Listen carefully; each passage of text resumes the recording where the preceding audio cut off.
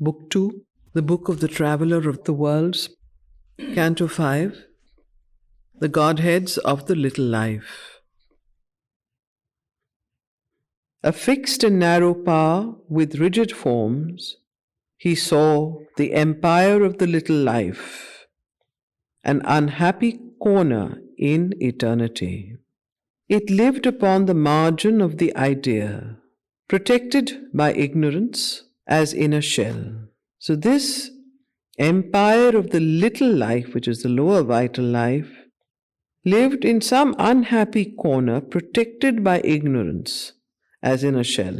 Then, hoping to learn the secret of this world, he peered across its scanty fringe of sight to disengage from its surface clear obscurity.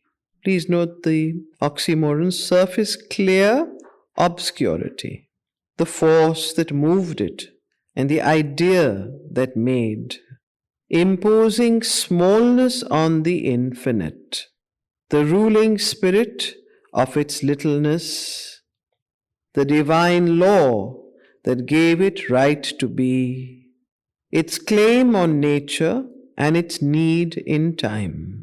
From the various kingdoms of the little life, which is the lower vital life, now has entered into the place where the Godheads, the ruling goddesses, the Godheads that govern the little life reside. And there he sees that this place is a very, very unhappy corner in eternity that is protected by ignorance. And it imposes smallness on the infinite. So the force that moved it and the idea that made, imposing smallness on the infinite, the ruling spirit of its littleness, the divine law that gave it right to be, its claim on nature and its need in time, he plunged his gaze into the siege of mist that held this ill-lit, straitened continent, ringed with the skies and seas of ignorance, and kept it safe from truth and self and light. As long as it is safe from truth and self and light, this kingdom can remain safe and can continue to grow and have power. Soon as it becomes conscious and the light and the truth enter it, this kingdom will lose all its effectual power. As when a searchlight stabs the night's blind breast, and dwellings and trees and figures of men appear, as if revealed to an eye in nothingness, all lurking things were torn out of their veils and held up in his vision's sun-white blaze. So Ashwapati's eyes were like that searchlight, because his eyes and his soul were completely full of truth and light and the divine self, and therefore when he looked into this night, this little life, he saw all the lurking things torn out of their ignorant veils and held up in his vision sun-white blaze. The busy, restless, uncouth populace teemed in their dusky, unnoted thousands there.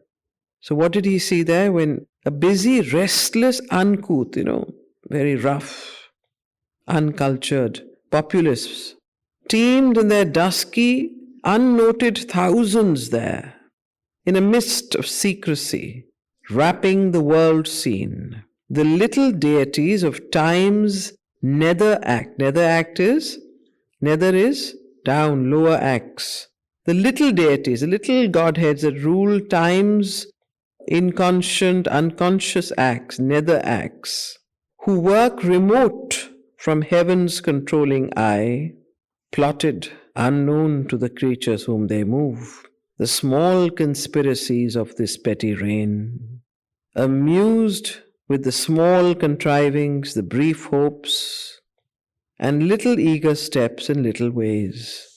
So these little deities of time's lower nature's acts plotted unknown to those they were plotting against, and they were amused with the small contrivings the brief hopes and the little eager steps and little ways, and reptile wallowings in the dark and dust, and the crouch and ignominy of creeping life.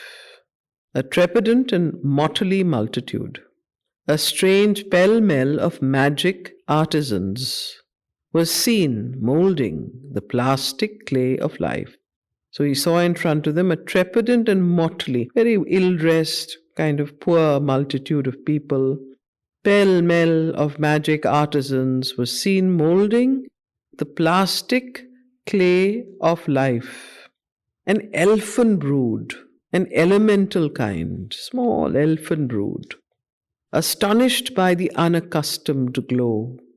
As if imminent, in the shadows started up imps with wry limbs and carved beast visages, sprite prompters, goblin wizened of fairy small, and genii fairer but unsouled and poor, and fallen beings, their heavenly portion lost, and errant divinities trapped in time's dust.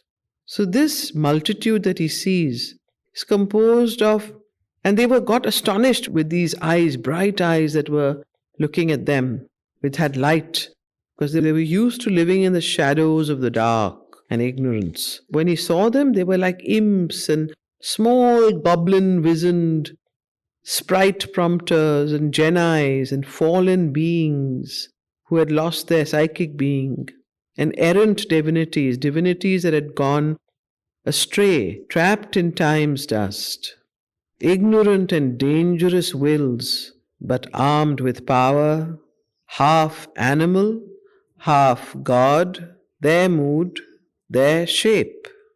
Out of the greyness of a dim background, their whispers come, an inarticulate force. Awake in mind, an echoing thought or word, to their sting of impulse, the heart-sanctioned roar.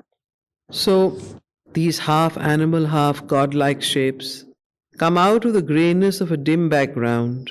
Their whispers come an inarticulate force. Awake in mind, an echoing thought or word, to their sting of impulse, the heart-sanctioned roar, and in that little nature do their work, and fill its powers and creatures with unease. So this is what is the work that they do? They fill whatever they enter in and whatever they influence with unease. And unease is uneasiness that comes when you're doing something wrong. Awake to their sting of impulse, the heart-sanctioned roar, and in that little nature do their work and fill its powers and creatures with unease. So they have a special power and hold of the vital nature, of our lower vital nature, and do their work there, and fill its powers and creatures with unease. Its seed of joy they curse with sorrow's fruit, put out with error's breath its scanty lights, and turn its surface truths to falsehood's ends. Its small emotions spur, its passions drive to the abyss or through the bog and mire, or else with a goad of hard, dry lusts they prick, while jogs on devious ways that nowhere lead, life's cart finding no issue from ignorance. So, this is how they take a hold of the lower vital nature.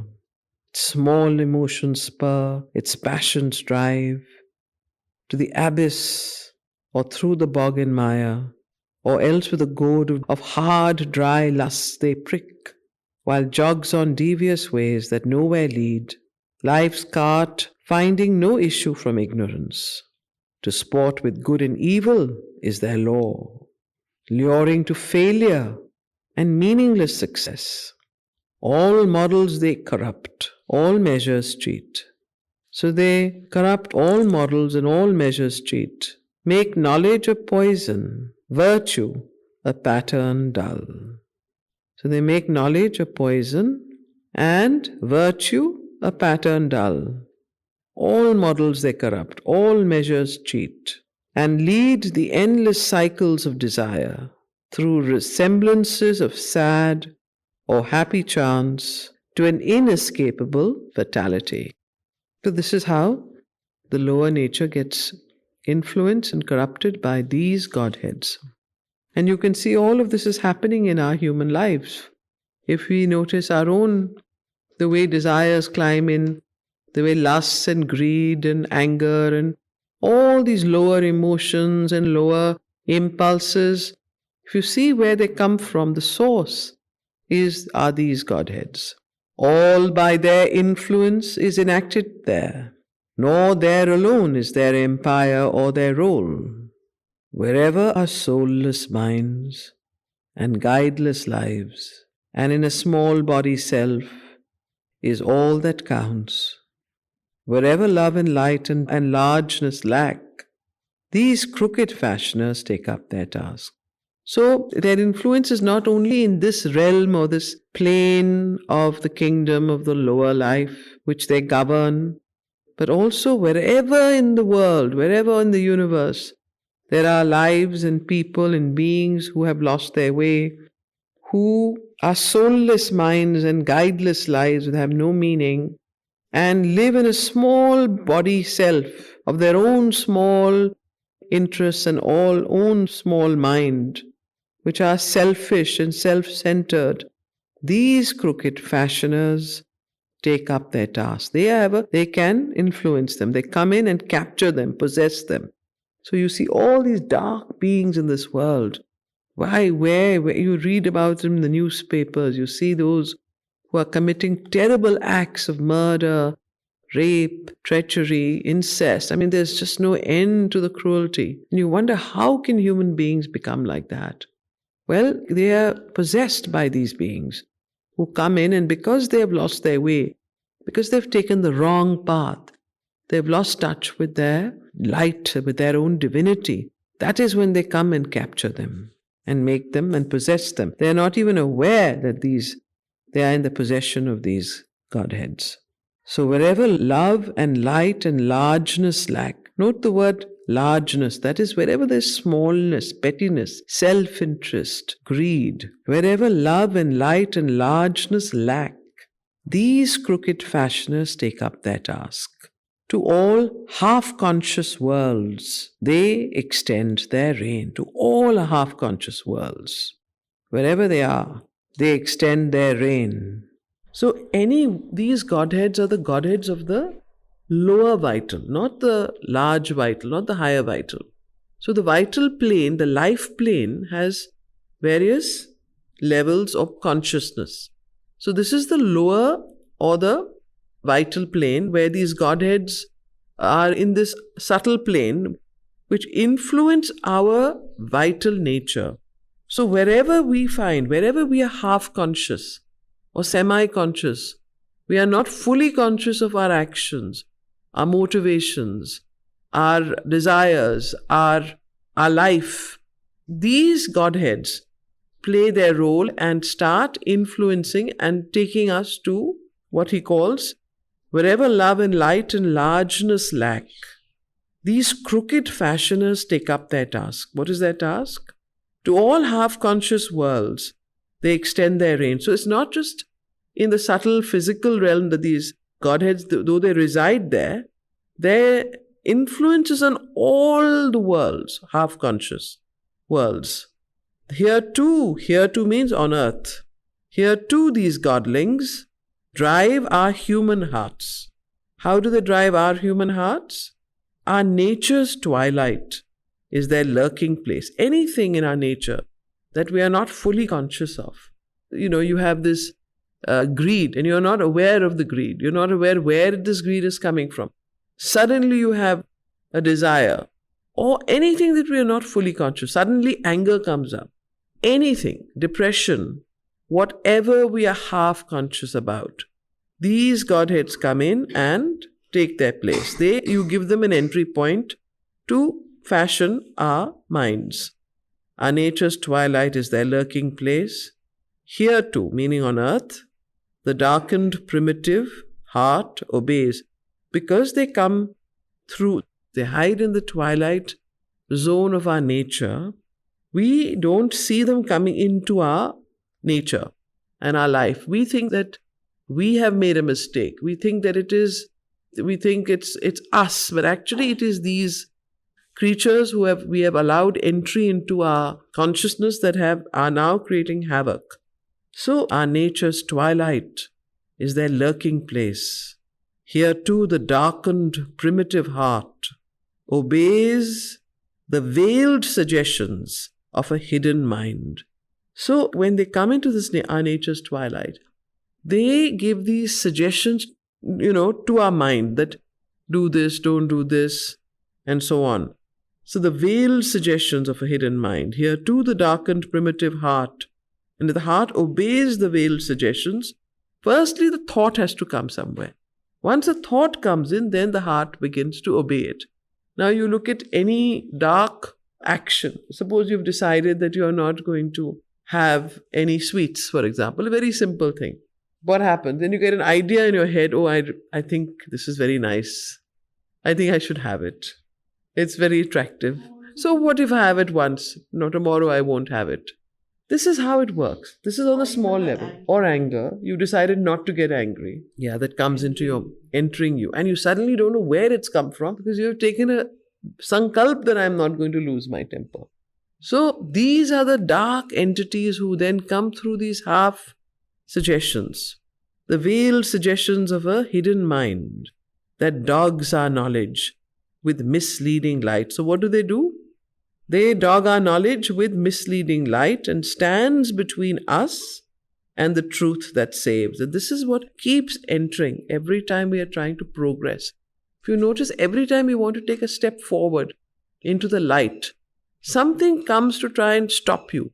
These are the Godheads that are lurking in your twilight zone of your nature that try and prevent you from doing it. Suddenly you fall. You said, I've decided that I'm going to do this. Why is it that I'm doing the opposite? So this is the way. Now, even, of course, we are talking on our level, we are semi-conscious. But you can imagine those human beings that are totally unconscious, where they get these impulses, the kind of violence you see in society, the mob rage you see, the murders you see. Those are extreme cases of this particular thing. But first see it in yourself. See how we ourselves are so prone, so unconscious in so many parts of our nature. The moment you recognize it as not yourself, but you can see it as a force that is coming into you, you have a much greater power to reject it. So this is what Sri Aurobindo is here saying through the Ashwapati, who has discovered these things when he is in this particular plane of consciousness. Here too the darkened primitive heart obeys the veiled suggestions of a hidden mind that dogs our knowledge with misleading light and stands between us and the truth that saves. It speaks to us with the voices of the night. Our darkened lives to greater darkness move. Our seekings, just listen to the wonderful poetry. Our darkened lives to greater darkness move. Our seekings listen to calamitous hopes. A structure of unseeing thoughts is built. Now this is very important. A structure of unseeing thoughts is built and reason used by an irrational force. So even our reason is used. We justify ourselves why we have done this, why we could not wake up. I had a very bad late night yesterday. Therefore, I couldn't do my practice this morning. Whatever it is, you see all the self-justifications we give, every small thing that we don't want to do. This is how this happens. It is from this plane of consciousness. This is why Savitri is so important, because Ashwapati has gone into these planes of consciousness to discover what is it, how is it that life is being, who is influencing life, how is human nature being controlled, and how can we transform our human nature. So from here, he says, the veiled suggestions of a hidden mind that dogs our knowledge with misleading light and stands between us and the truth that saves. It speaks to us with the voices of the night. Our darkened lives to greater darkness move. Our seekings listen to calamitous hopes. A structure of unseeing thoughts is built and reason used by an irrational force. So reason itself is used by this irrational force. This earth is not alone our teacher and nurse. The powers of all the worlds have entrance here. We think this earth alone is our teacher and our nurse, but that is not true. The power of all the planes, all the worlds, have their entrance here. In their own fields they follow, in their own fields, in their own planes, they follow the wheel of law and cherish the safety of a settled type. On earth, out of their changeless orbit thrown, their law is kept, lost their fixed form of things. Into a creative chaos they are cast, where all asks order but is driven by chance. And these forces, these Godheads of the little life, Godheads of the little mind, Godheads of the physical body, of the material physical, they are all the different Godheads that exist on these typal planes of consciousness that are fixed types there. But when they leave their orbit and come down on earth and to influence human life, then they lose their fixed, changeless orbit and are thrown, lost their fixed form of things. Into a creative chaos they are cast, where all asks order but is driven by chance. Strangers to earth nature, they must learn earth's ways. So they are strangers to earth natures. They must learn earth's ways, aliens or opposites, they must unite. They work and battle, and with pain agree. These join, those part. All parts and joins are new. But never can we know and truly live till all have found their divine harmony. So that is why what is the importance of self-observation of one's own nature and of human nature, and self-organization, which is the organization of the different parts of our being around the central, still psychic center. So why is self-organization important? Because then the vital nature, the lower vital nature, the mental nature, the physical nature, each part of our nature can be found in a divine harmony, not unconscious or semi-conscious, but conscious of its full purpose and its full direction. And that can happen only when it organizes itself around the psychic or soul law. What they call is the Chaitya Purush. So, these join, those part, all parts and joins anew. But never can we know and truly live till all have found their divine harmony. Our lives, uncertain way, winds circling on. Our minds, unquiet search, asks always light, till they have learned their secret in their source, in the light of the timeless and its spaceless home, in the joy of the eternal soul and one. This is wonderful because for the first time, the great knowledge of the Vedas and of all the wisdom of the world has been expressed in English language in the iambic pentameter in poetic form. So can you imagine this wisdom that is coming through? In the light of the timeless and its spaceless home, in the joy of the eternal soul and one. But now the light supreme is far away. Our conscious life obeys the inconscious laws. What does our conscious life do? It obeys, but now the light supreme is far away. Because why? We are in the clutches of the Godheads of the little life, which is what 80% of our nature. Why did Vivekananda say that human nature is like a dog's tail? Then you try and straighten it, and it goes back to its original curl, because it is so difficult to transform. But Sri Aurobindo, whole yoga and philosophy is the change of human nature. And he says it can be changed. But there are methods and laws, and there is a knowledge to be first understood and gained, and then the practice to be followed. And that is why these kind of cantos have been written, so that we can change our nature. But now the light supreme is far away. Our conscious life obeys the inconscious laws. To ignorant purposes and blind desires, our hearts are moved by an ambiguous force. Even our minds' conquests wear a battered crown. A slowly changing order binds our will. This is our doom until our souls are free. So until the soul is free, this is our doom. What is our doom?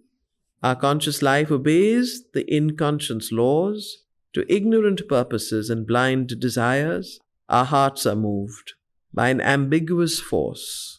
Even our mind's conquests wear a battered crown. Even what we think are our mental conquests are a battered crown, a crown that is battered.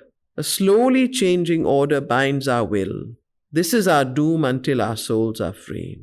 And the soul cannot be totally and absolutely free in this body, in this nature, until human nature changes, until this nature in this body changes. Otherwise, you have to leave, you have to go into samadhi or get out of this body in some trance-like state. Then the soul can be free. But if you want the soul to be free in this world, in this nature, in this life, then human life has to be changed. Human nature has to be changed. And that is the yoga of Sri Aurobindo.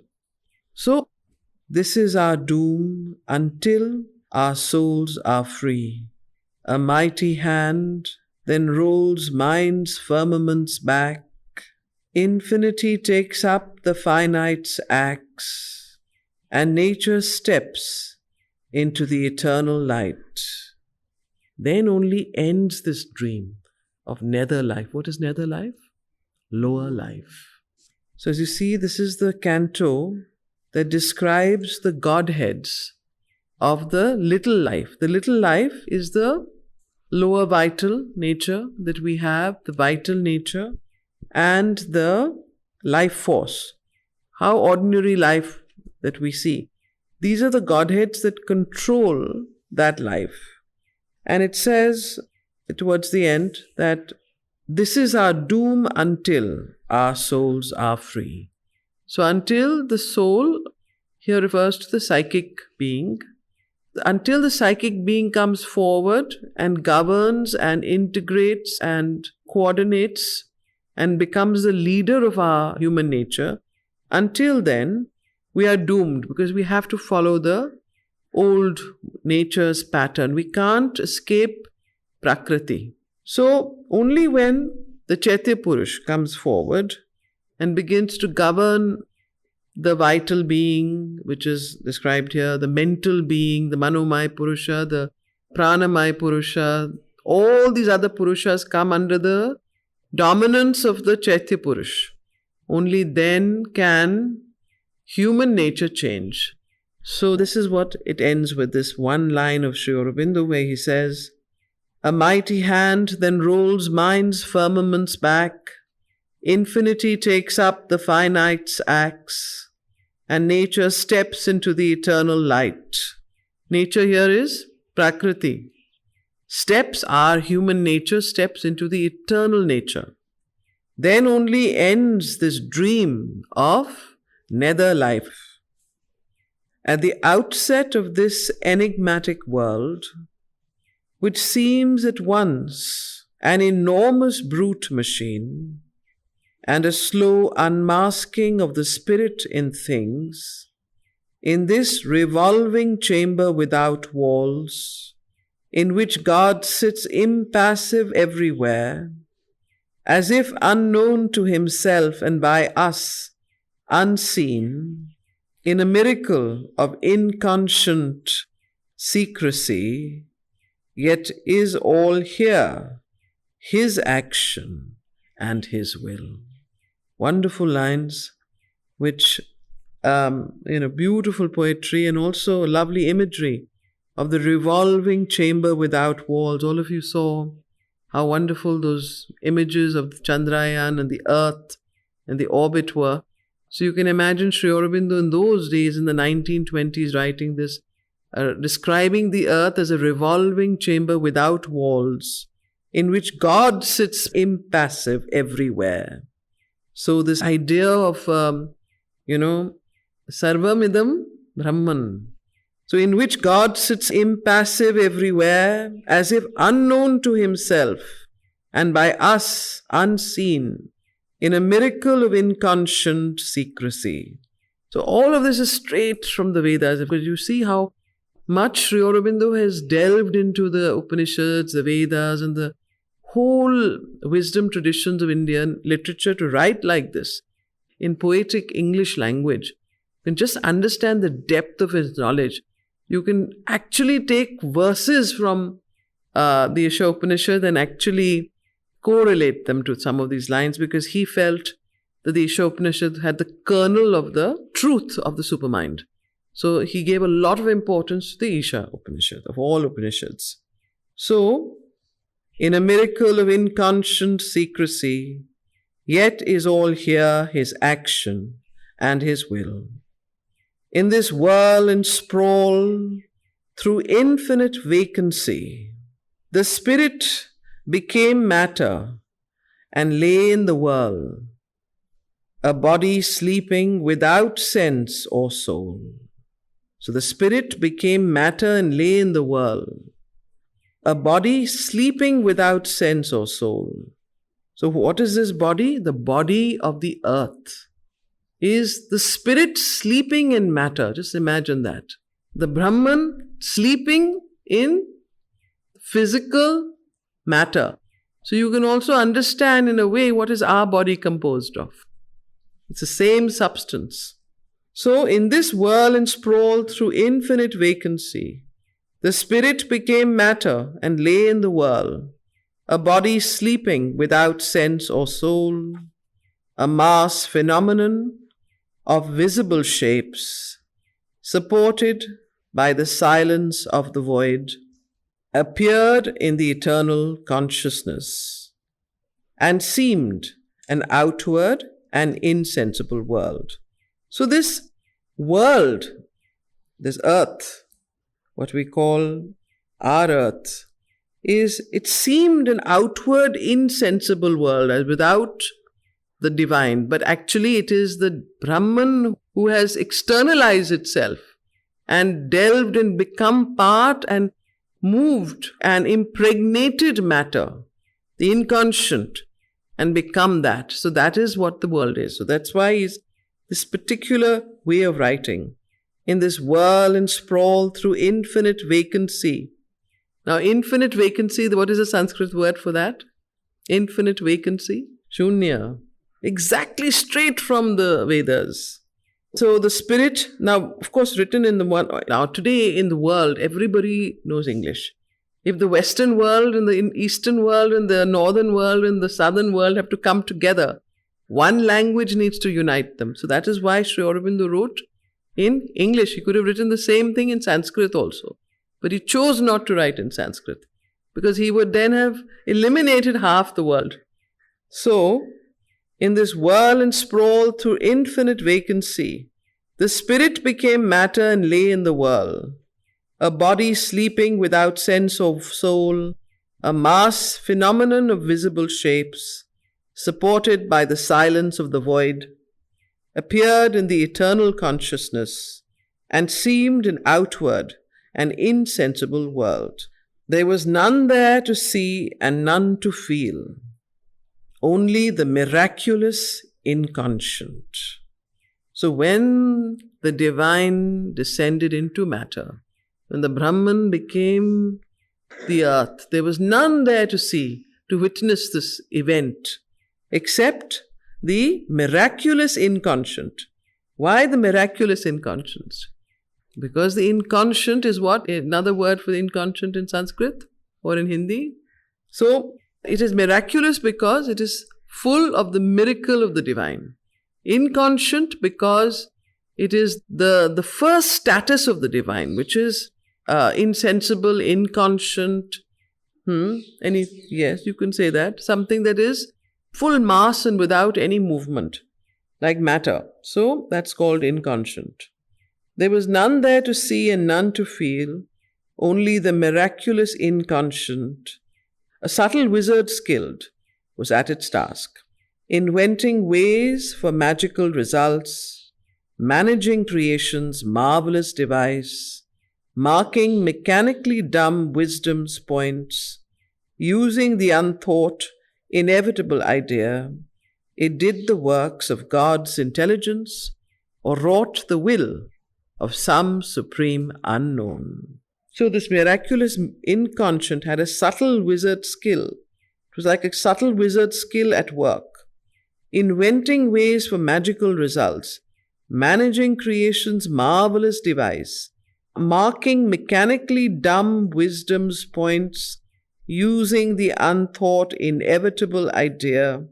It did the works of God's intelligence, or wrought the will of some supreme unknown.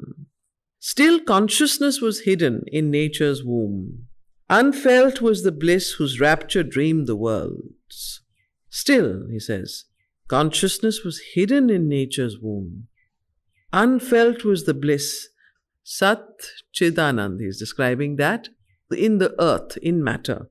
That is how it evolved. Evolution began with the descent of that into matter, and then the involution. So involution of the divine into matter, Satchidanand, and then the evolution out of earth back into the divine consciousness, or the inconscient becoming conscious, or human nature becoming conscious. So we are all part of this earth. This is not just a physical earth he's describing the whole evolution, including us. So this is the method of progress. Involution, evolution, involution, evolution. So still consciousness was hidden in nature's womb. So unless there was something hidden to evolve, how could something evolve out of nothing? So there he says, still consciousness. Consciousness is Chit Shakti. Chit, Chitta. Still consciousness was hidden in nature's womb. Unfelt was the bliss, the Ananda, whose rapture dreamed the worlds. Being was an inert substance driven by force. Which being?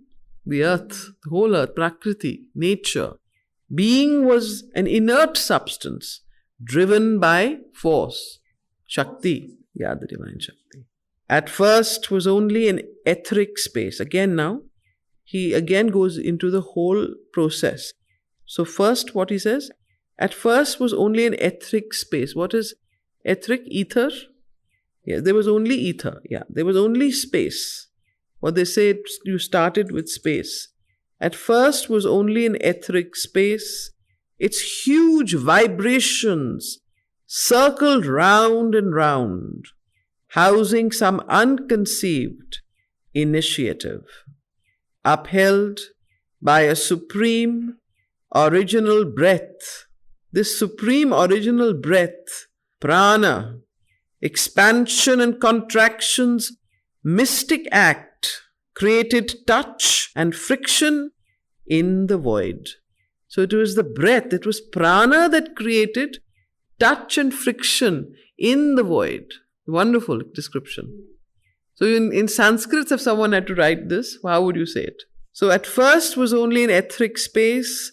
Its huge vibration circled round and round, housing some unconceived initiative, upheld by a supreme original breath.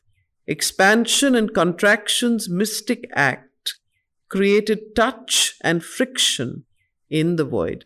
So before that, there was no touch and no friction. So if there was no friction and no touch, how could the world come into being? So this is what created it. Prana created it. The breath.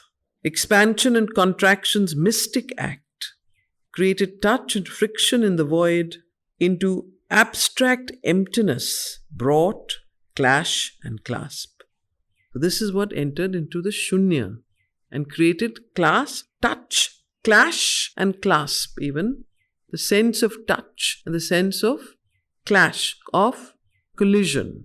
Parent of an expanding universe.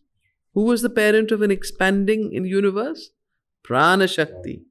Parent of an expanding universe in a matrix of disintegrating force. By spending it conserved an endless sum. The sum that is zero and which is everything. It's one, and zero. Sorry? Infinity, yes. By spending, it conserved an endless sum on the hearth of space, kindled a viewless fire. So here you come with Agni. That is how Agni was born. There was no Agni without prana. That is, and through Agni only then life began. So listen to this is how he is describing it. Now it is wonderful to see this, hear this description in the English language. I mean, to use the language in such a way to describe very great, profound truths requires a mastery over the language. So, parent of an expanding universe in a matrix of disintegrating force, by spending it conserved an endless sum, on the hearth of space it kindled a viewless fire. That, scattering worlds as one might scatter seeds, again straight from the Vedas, that, scattering worlds as one might scatter seeds, whirled out the luminous order of the stars. So this is how wonderfully. Then that is how, what are the stars? They're the scattering of the seeds of what? Say, there you are, of Agni. And what has created Agni? The breath, the prana. By spending it conserved an endless sum, on the hearth of space it kindled a viewless fire. Viewless fire, please note. This is not the Agni you see, the viewless fire, the Agni that is not seen, not visible. Yes. That, what is that? Scattering worlds as one might scatter seeds. That Agni, that creating worlds and worlds, not just one world, worlds and worlds, as one might scatter seeds. Just see the imagery and imagine what he's saying. Then only will you get a sense of the magnitude of what he's actually trying to say in these words. That, scattering worlds as one might scatter seeds, whirled out the luminous order of the stars. An ocean of electric energy. What is this electric energy? An ocean of electric energy formlessly formed its strange wave particles. Here is atomic physics for you. Einstein wrote, I was just reading yesterday, he said the creation of the atom bomb was not a miracle. It was us imitating the sun.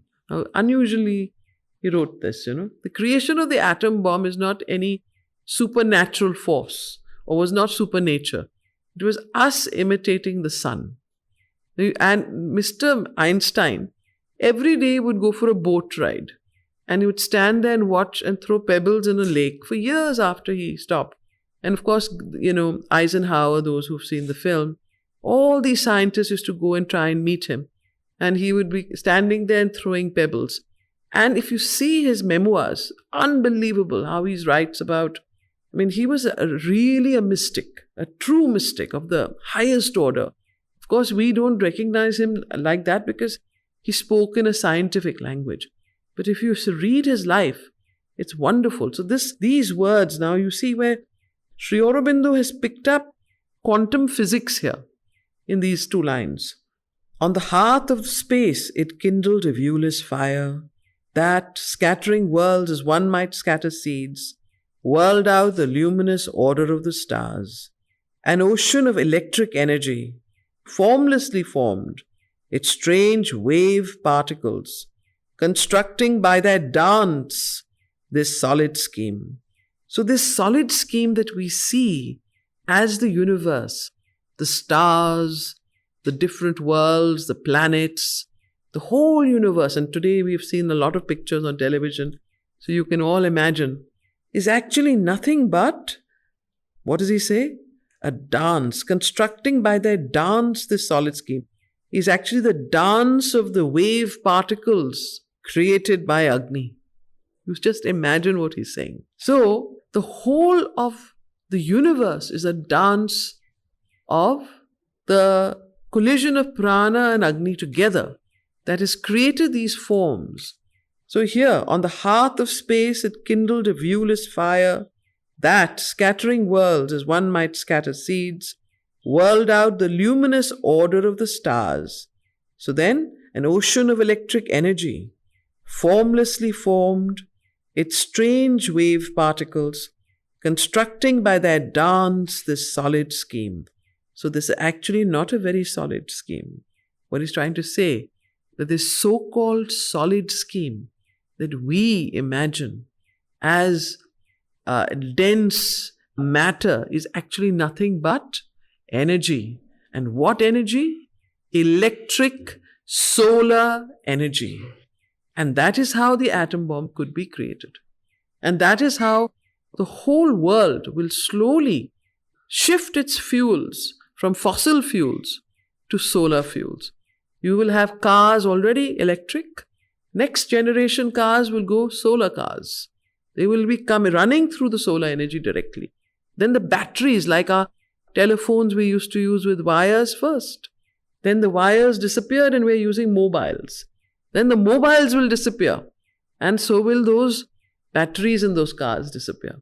Now this is as we become more subtly aware of the subtle nature of matter and of energy.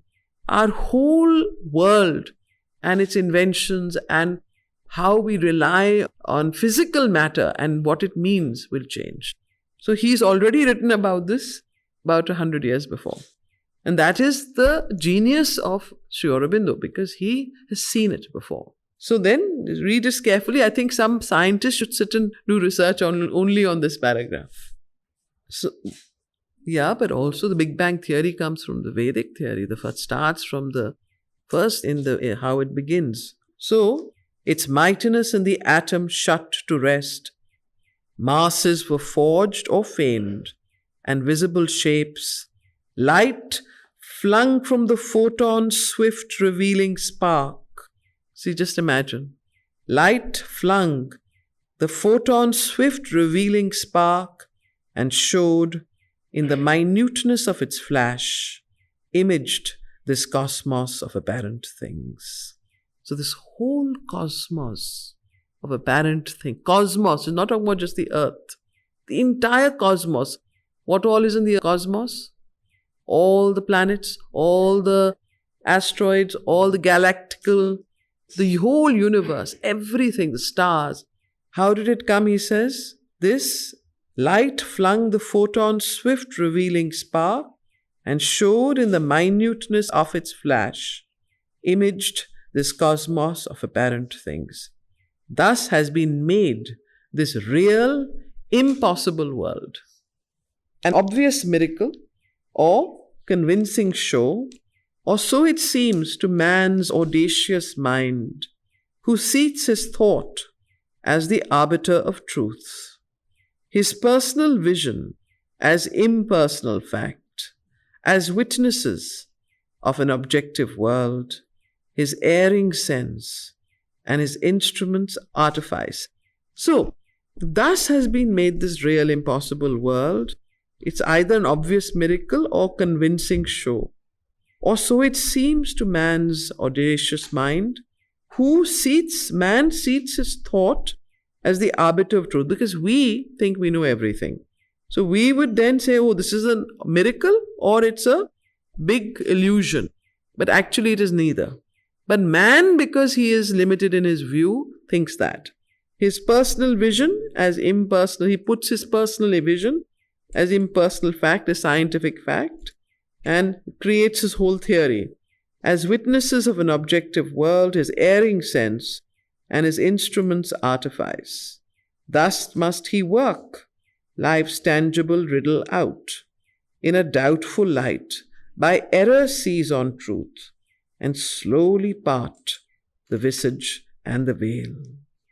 Or else, forlorn of faith in mind and sense, his knowledge, a bright body of ignorance. So what is man's knowledge? A bright body of ignorance.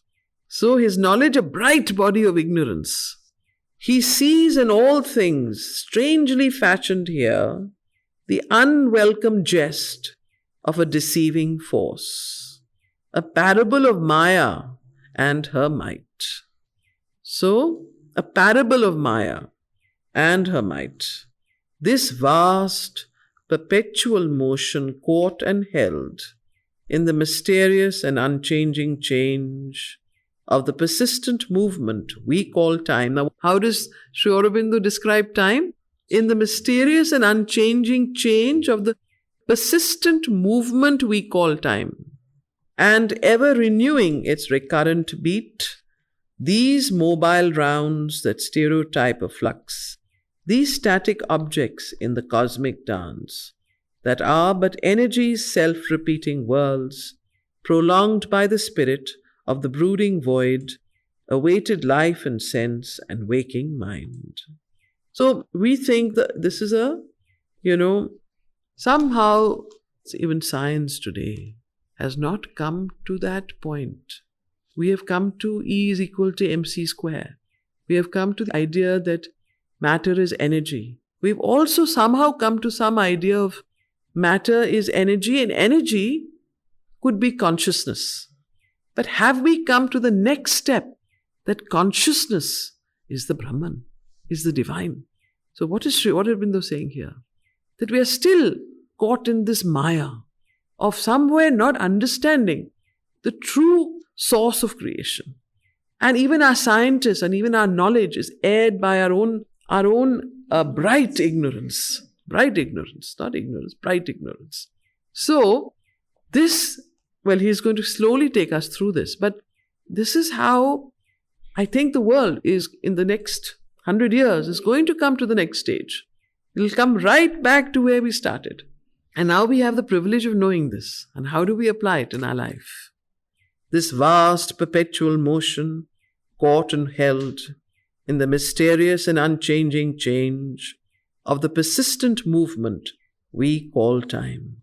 So this vast perpetual motion, caught and held in the mysterious, unchanging change of the persistent movement we call time, and ever renewing its recurrent beat, these mobile rounds that stereotype a flux, these static objects in the cosmic dance that are but energy's self-repeating worlds, prolonged by the spirit of the brooding void. Prolonged by the spirit of this brooding void. Who is the spirit of the brooding void? Prolonged. What is it? The Purusha and the Prakriti. So that supreme void, that is the Purusha. That is the divine witness. What you call is the witness. That is the one that he's referring to here. So this vast perpetual motion caught and held in the mysterious and unchanging change of the persistent movement we call time, and ever renewing its recurrent beat, these mobile rounds that stereotype its flux, these static objects in the cosmic dance, that are but energy's self-repeating worlds, prolonged by the spirit of the brooding void. So it is the Purusha, it is the divine witness, because there is the divine in his static self, that there can be the divine in her dynamic self. If the static were not there, the dynamic could not continue. The dynamic was not there, the static would have no use. So both the poises of the Brahman is what he's describing. In fact, both the poises of the world is what he's describing. He is describing time as a perpetual beat, unchanging change, and that which is allowing time to do this, upholding time as the spirit or the witness self. Is that clear? The revolution and the rotation of the universe. And yet is this, yes. So you can even see it in a physical sense, yes. But we make sense of time. Yes, but what is it that is upholding it is very important. So, now, prolonged by the spirit of the brooding void, awaited life and sense and waking mind. Awaited life and sense and waking mind. What are the equivalents of life, sense and waking mind in Sanskrit? Prana, sense, and waking mind is manas. So that this sense, they were waiting all of the three parts of our being, or the parts of the universe. From matter comes life, from life comes mind, from mind, so this is what he's saying. So he says this thing, this self and time was awaiting life and sense and waking mind, to awaken in it. Because there is matter and there is the Read it and then you'll understand it. A little the dreamer changed his pose of stone. But when the inconscious scrupulous work was done, and chance coerced by fixed immutable laws, a scene was set for nature's conscious play. So, now this is extremely deep, but anyway. A little the dreamer is who? The witness divine, the divine that upholds the universe. A little the dreamer changed his pose of stone. But when the inconscious scrupulous work was done, and chance coerced by fixed immutable laws, a scene was set for nature's conscious play. Then stirred the spirit's mute, immobile sleep. The force concealed broke dumbly, slowly out. A dream of living woke in matter's heart.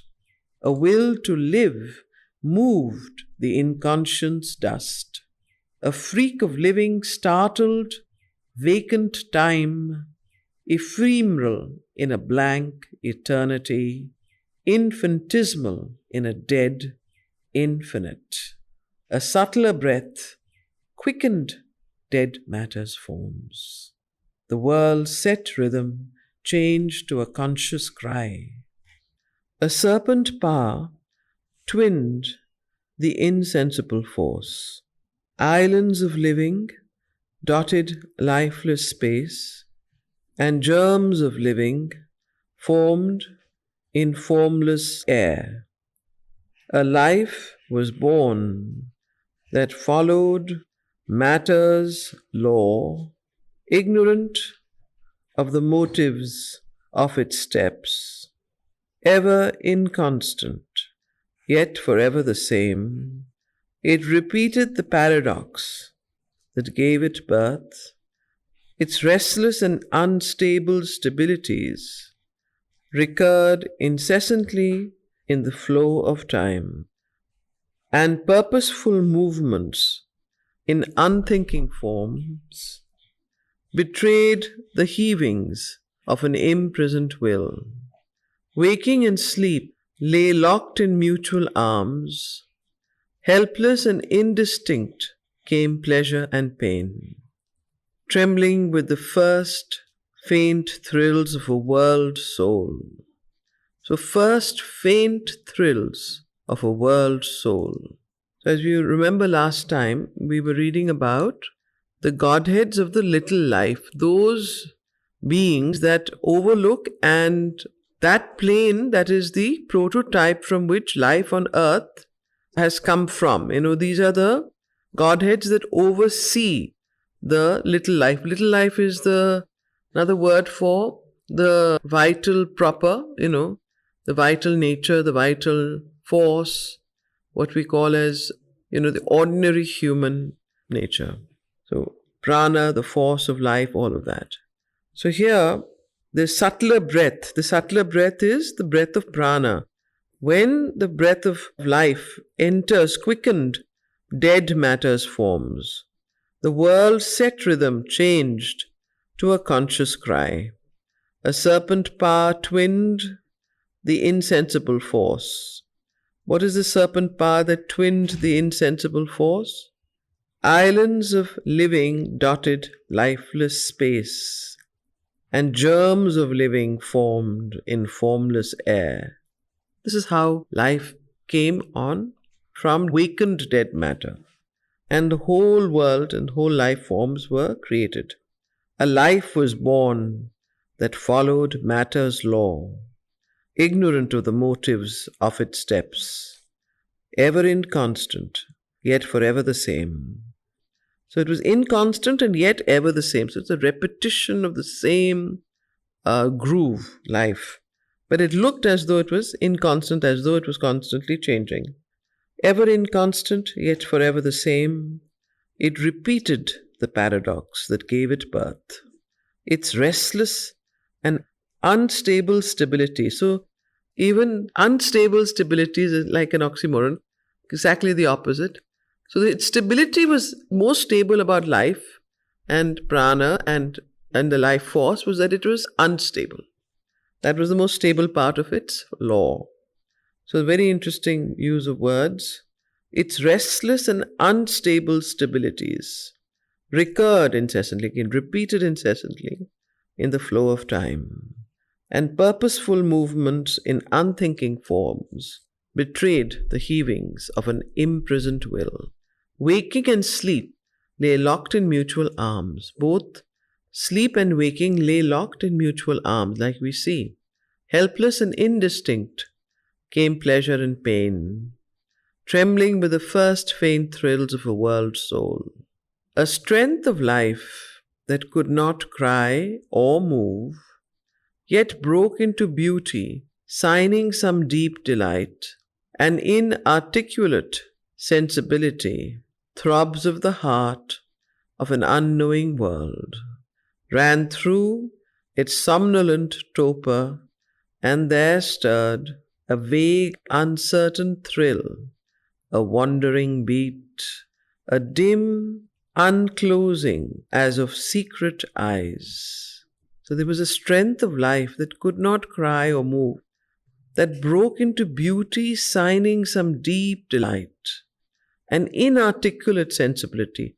A sensibility, there was a sense, but it was inarticulate. It could not speak, it could not express itself, but it broke into beauty. It expressed itself through beauty. That was its signature. Throbs of the heart of an unknowing world ran through its somnolent torpor, and there stirred a vague, uncertain thrill, a wandering beat, a dim unclosing as of secret eyes. Infant self-feeling grew, and birth was born. So infant self-feeling grew, and birth was born. What was born? Birth, which is the idea of life, which occurs through birth. So birth was born. Very interesting use of words. Because you see, how does Sri Aurobindo explain what is happening except in these ways? Otherwise, it's very difficult to understand. He's explaining something extremely occult. A Godhead woke, but lay with dreaming limbs. Her house refused to open its sealed doors. So when this birth was born, this Godhead woke on earth, but lay with dreaming limbs. You can see that Godhead. There's a beautiful photo painting of it by Preeti Di. The Godhead woke, but lay with dreaming limbs. Her house refused to open its sealed doors. Insentient to our eyes that only see the form, the act, and not the imprisoned God. So this Godhead was invisible, insentient. We could not see. There's something that within it there was a Godhead. We only saw the outer form of this body of earth that seemed, or the world soul which is in the body of the earth, insentient to our eyes that only see the form, the act, and not the imprisoned God. Life hid in her pulse or cult of growth and power. Where did the Godhead of life, this Godhead, hide?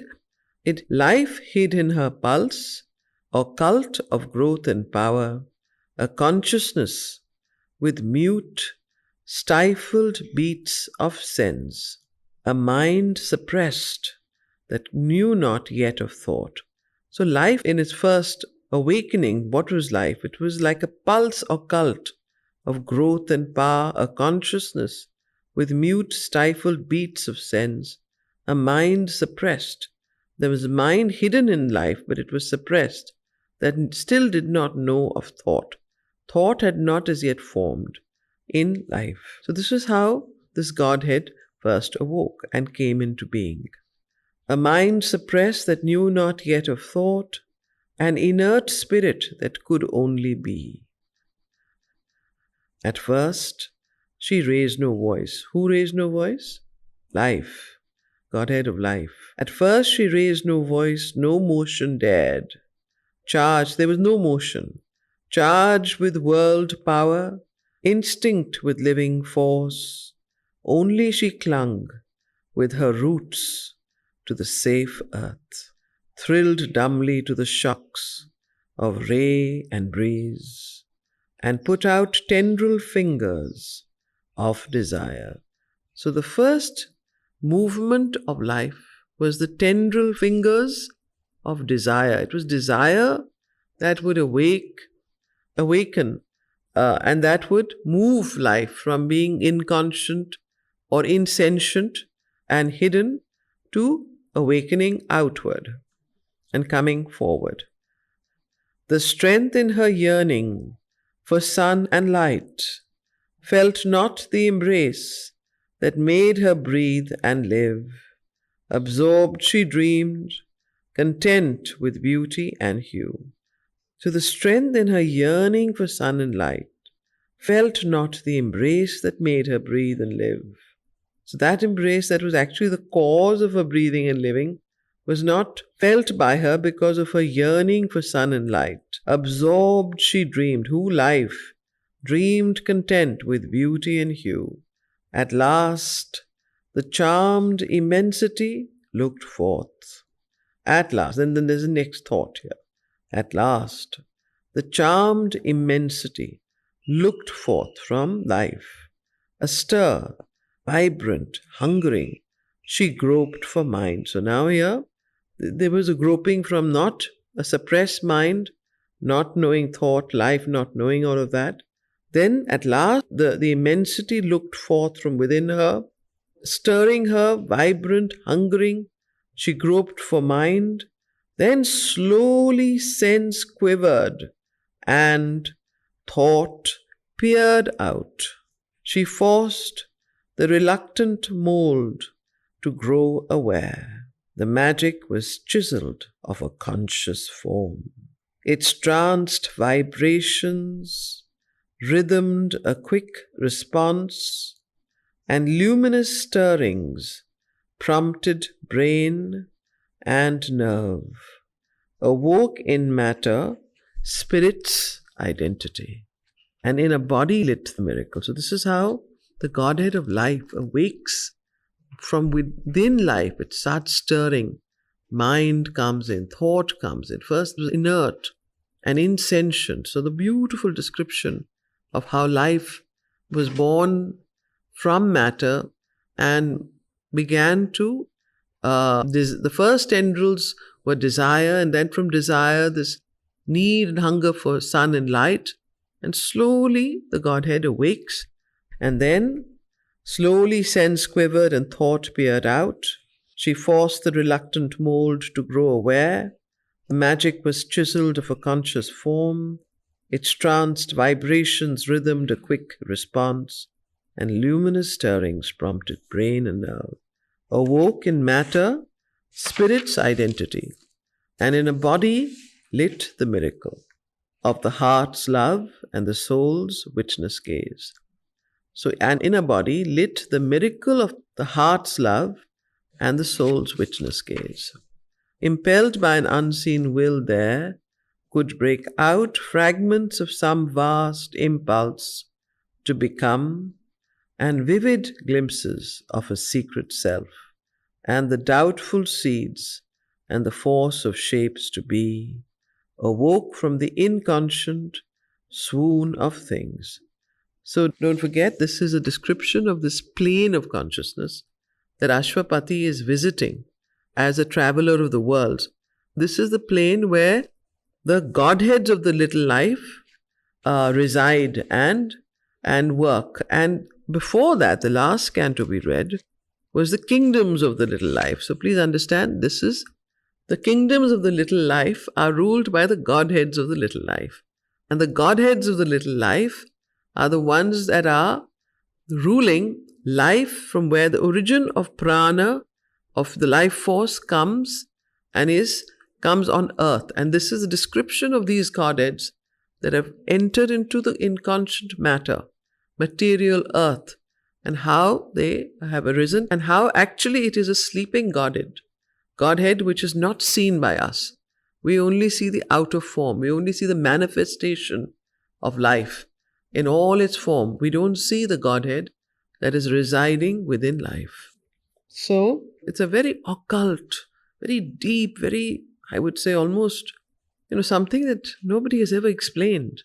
And it really gives us a new perspective on everything, especially what we are doing here and what is the origin of life, where it comes from. So, impelled by an unseen will, there could break out fragments of some vast impulse to become, and vivid glimpses of a secret self, and the doubtful seeds and force of shapes to be, awoke from the inconscient swoon of things. An animal creation crept and ran. So the first thing was more like the plant, the sun and the shade and the tendrils that were hugging earth and yet were yearning towards life. And it was more the plant life that was being described. And now, awoke from the inconscient swoon of things. So when the next step of life was how? Here's describing an animal creation crept and ran and flew and called between the earth and sky, hunted by death but hoping still to live, and glad to breathe if only for a while. Then man was molded from the original brute. So plant, life, the insentient going to the sort of the semi-sentient, then animal life, and then man. A thinking mind had come. Then man was molded from the original brute. A thinking mind had come to lift life's mood. So what is the predominant characteristic of this man? It was the thinking mind that had come to lift life's moods. The keen-edged tool of a nature mixed and vague. Actually, Sri Aurobindo here, through Ashwapati, the narrator, who is narrating and describing what he's seeing, in two lines is saying things that could possibly fill 5 or 6 books. An animal creation crept and ran and flew and called between and the earth and sky, hunted by death but hoping still to live, and glad to breathe if only for a while. These 4 lines describe the whole evolution. From plant to animal. Then from animal to man is described in the next 4 lines. A thinking, sorry? If I just say, since this whole thing started reading and the life and germs were born into the animals, my mind just took me to all those biology documentaries of evolution. And reading this, I was able to go beneath the birth of life, because that evolution shows the outer part. Outer life, yeah. Outer birth of life. Yeah, and all these documentaries, can you imagine if they had the insight of Sri Aurobindo's poetry here? Because this he wrote in the 1920s and 30s, and these documentaries are made in 2010 or 20. They're still looking more. And they're still not here what he's talking about. They haven't reached here. So that's a good way of visualizing it, because it really is a wonderful description. So then man was molded from the original brute. A thinking mind had come to lift life's moods. The keen-edged tool of a nature mixed and vague. An intelligence, half witness, half machine. This is how he describes man. A thinking mind had come to lift life's moods. The keen-edged tool of a nature, mixed and vague, an intelligence, half witness, half machine, this seeming driver of her wheels of works. This seeming driver of her wheel of works, this intelligence that is the seeming driver of her wheel of works, missioned to motive and record her drift, and fix its law on her inconstant powers, this master spring of a delicate enginery aspired to enlighten its user and refine lifting to a vision of the indwelling power. So this master spring is again a reference to the intelligence and the thinking mind that comes into matter, into life, and how it then, that thinking mind and that intelligence, mission to motive and record her drift and fix its law on her inconstant powers. Whose law? Life's law. This master spring of a delicate engineering aspired to enlighten its user. Who's its user? Body and life. It's vital in the life powers. And fix its user aspire to enlighten its user and refine, lifting to a vision of the indwelling power. So again, the same thing, the lifting to a vision, the aim and motive of all these are the same, to bring the divine awareness into matter and into mind and into the thought and into the conscious evolutionary process of man. So why is it doing all this? Because lifting to a vision of the indwelling power, the absorbed, mechanic, screwed initiative. Otherwise, mind would have been mechanical. The physical mind normally is mechanical. So instead of it becoming mechanical and like the animal is instinctive, mind is in the rudimentary stages is mostly mechanical and is governed by the physical mind that goes by habits and grooves. Instead of that, there is the intellect that is half conscious, which is trying to lift this mechanical mind out of its crude initiative, lifting to a vision of the indwelling power, the absorbed mechanic's crude initiative. He raised his eyes. Heaven light mirrored a face. He raised his eyes. And this raising of the eyes is very important here. This image, it shows you something that is above the animal. He raised his eyes. If you see the animal, does not raise its eyes and looks above at something that is of a higher power. So he raised his eyes. That is the prerogative of man and human beings. He raised his eyes. Heaven light mirrored a face. Amazed at the works wrought in her mystic sleep, she looked upon the world that she had made. Wondering now, seized the great automaton. Wondering now, seized the great automaton. She paused to understand herself and aim. So life begins to understand herself and her aim through the intellect, through the conscious mind. When she evolves out of matter, out of the animal, and then goes into the human being, that is when life begins to turn upon itself and become reflective and self-conscious. So this whole evolutionary process is being described here. She looked upon the world that she had made. Who's she? Life, the Godhead of life, life in its larger form. She looked upon the world that she had made. Wondering now seized her great automaton. She paused to understand herself and aim. Pondering, she learned to act by conscious rule instead of instinctive rule. This pondering only comes with the advent of mind and thought. Pondering now, she learned to act by conscious rule. A visioned measure guided her rhythmic steps. Thought bordered her instincts with a frame of will and lit with the idea her blinded urge. On her mass of impulses, her reflex acts. So what did thought do? It brought a frame of will on her mass of impulses. Her reflex acts means her automatic, instinctive reactions and actions, and lit with the idea her blinded urge. Otherwise, life in its pure form, what you call is nature, prakriti, the life force, is you see it mostly in animals in its pure form. It just works by instinct. You see horses, if they are frightened, they fly. If they are given nurture and love, they come to you. So they act by instinct. So in the same way, this is a visioned measure guided her rhythmic steps, life's rhythmic steps.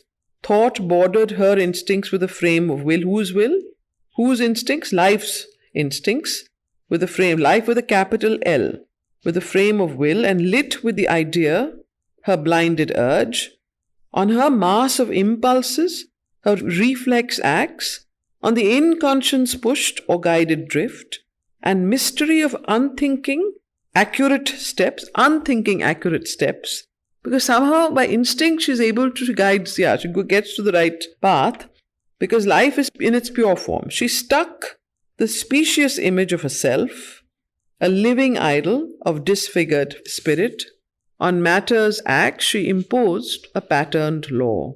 So, because of the conscious evolution of the mind in life, life itself becomes more from inconscient to semi-conscious, from insentient to sentient, and then from sentient to self-conscious, half-consciousness, self-consciousness. A living idol of disfigured spirit, on matter's acts she imposed a patterned law. So, living idol of disfigured spirit, because mind itself is still not able to fully mirror the true divine, the spirit. It also brings in a certain obscuration and disfigurement. So, on matter's acts, what does she do?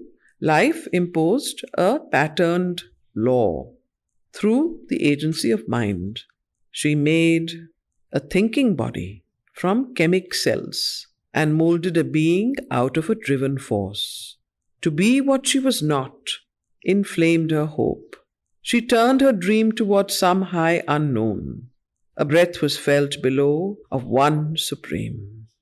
An opening looked up to spheres above, and coloured shadows limned on mortal ground the passing figures of immortal things. A quick celestial flash could sometimes come. The illumined soul ray fell on heart and flesh, and touched with semblances of ideal light, the stuff of which our earthly dreams are made. So, when she turned her dream towards some high unknown, through the agency of mind, that hope, she made a thinking body from chemic cells. Aspiration, hope, dream, these are all functions and products of the mind. And then, because of all of that, there was a quick celestial flash could sometimes come. The passing figures of immortal things. So you open to something higher, and the higher flashes of something immortal, something greater than one's own mind, begin to flash into the human consciousness and into the earthly consciousness through the agency of life that is evolved in matter, into mind that is evolved in man, into a higher immortal sense of spirit or higher mind that is involved in mind. You have to figure that out. A fragile human love that could not last. Ego's moth wings to lift the seraph soul. Beautiful description. Ego's moth wings. What happens to the moth and its wings? So the ego's moth wings. What is the connotation here with the ego? Ego's moth wings to lift the seraph soul. So the ego tries in its own way with its very fragile wings that to lift the soul. But obviously its wings are made of, like a moth, when it goes towards light, what happens to it? Yes, so it can't go above. But it's a beautiful image. So also, a good way of putting it, ego is actually the antithesis of lifting. It is the antithesis, and therefore when it tries to do so, it either has to subhume itself, that means it has to disappear for that to go above, but the ego can't go above. It has to actually extinguish itself. Yeah, self, like you say, ego is the helper, ego is the bar. Ego is what makes us individuals and gives us an identity, because without an identity, what is going to aspire and who is going to aspire? So that identity is given by the ego, and it's very important to be individualized so that you could have that aspiration for something higher. But if you want to really be one with that, then that same thing that makes you go up and makes you want to identify with the Supreme has to give itself up, so that a transformation takes place of something higher that replaces the ego in the human being. And what is that? The psychic being, the Chaitya Purush. That is what replaces the ego. So it's actually what Mother says, is that the ego is the outer soul. It is the desire soul. And the real soul, the psychic being, hides behind the ego. It's actually like this or like that, whatever. So this is always in front. The moment this turns, actually nothing happens. It's just a movement like this. Then the psychic being or the true soul comes in front and the ego disappears. And that is when the human being becomes divine. Why does he become divine? Because he becomes aware of his own divine nature and spiritual self, which is the soul. So when he becomes aware of the Chaitya Purush in him, and he identifies with the psychic being rather than the ego, that is that moment he becomes divine. And if we can continue that, people have glimpses of it. It's not something that happens once and you stay like that. For a long time, it goes and comes and goes and comes. So this movement of reversal of consciousness keeps taking place. But there comes a time when there's a final turning, in the sense that it doesn't reverse. And that's when you are completely aligned with your divine true self, and you know yourself not as the ego, but as the divine. So this is what he's describing in this place. A fragile human love that could not last, ego's moth wings to lift the seraph soul, appeared, a surface glamour of brief date, extinguished by a scanty breath of time. So here the extinguishment came by the scanty breath of time. Joy that forgot mortality for a while came, a rare visitor who left betimes, and made all things seem beautiful for an hour, hopes that soon fade to drab realities, and passions that crumble to ashes while they blaze, kindle the common earth with their brief flame. A creature insignificant and small, visited, uplifted by an unknown power, man labored on his little patch of earth. So a creature is a beautiful description of us, of the human being. A creature, what are we? A creature insignificant and small, visited, uplifted by an unknown power. Man labored on his little patch of earth for means to last, to enjoy, to suffer and die. A spirit that perished not with the body and breath. Now this is something we don't know about ourselves, but this is the other side of ourselves. The outer self perishes, suffers, enjoys and dies. But there is a spirit in us, a spirit that perished not with the body and the breath, was there like a shadow of the unmanifest, and stood behind the little personal form, but claimed not yet this earthly embodiment. When it claims this earthly embodiment is the advent of the new race, what Mother called as the supermen, or the supramental race, or the new human being, which is the divinized being. So when it claims that, till it doesn't claim it, we are still the man as is described in the first few lines. So man labored on his little patch of earth for means to last, to enjoy, to suffer and die. A spirit that perished not with the body and breath was there like a shadow of the unmanifest, and stood behind the little personal form, but claimed not yet this earthly embodiment. Assenting to nature's long, slow-moving toil, watching the works of his own ignorance, unknown, unfelt, the mighty witness lives. So the witness is again a reference to the Chaitya Purush, or the psychic being. This witness that lives within us, what in the Upanishads and the Gita, is described as the Purusha, the witness, and the Prakriti, the outer self. So there are many, many ways of describing this witness, but it's described in all our scriptures as the one that watches within, that observes and knows, and yet is silent, because he is yet, the outer being is not ready to manifest and to embody that as yet, him or that. So, man labored on his little patch of earth for means to last, to enjoy, to suffer and die. So this is the fate of man as long as it is in the outer ego consciousness. However, a spirit that perished not with the body and the breath was there like a shadow of the unmanifest, and stood behind the little personal form, stood behind man, but claimed not this earthly embodiment. Assenting to nature's long, slow-moving toil, watching the works of his own ignorance, unknown, unfelt, the mighty witness lives, and nothing shows the glory that is here. A wisdom governing the mystic world, a silence listening to the cry of life. It sees the hurrying crowd of moments stream towards the still greatness of a distant hour.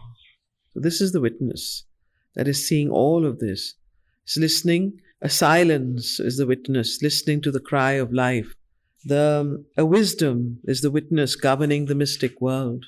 And what does it see? It sees the hurrying crowd of moments stream towards the still greatness of a distant hour. This huge world unintelligibly turns in the shadow of a mused inconscience. Very, very well put. Now just see the usage of the words he's using, how he is, in this turn of phrase, trying to describe something. This huge world unintelligibly turns in the shadow of a mused inconscience. It hides a key to inner meanings missed. It locks in our hearts a voice we cannot hear, an enigmatic labor of the spirit, an exact machine of which none knows the use, an art and ingenuity without sense. This minute, elaborate, orchestrated life forever plays its motiveless symphonies. The mind learns and knows not, turning its back to truth. It studies surface laws by surface thought. Life steps, surveys, and nature's process sees, not seeing for what she acts or why we live.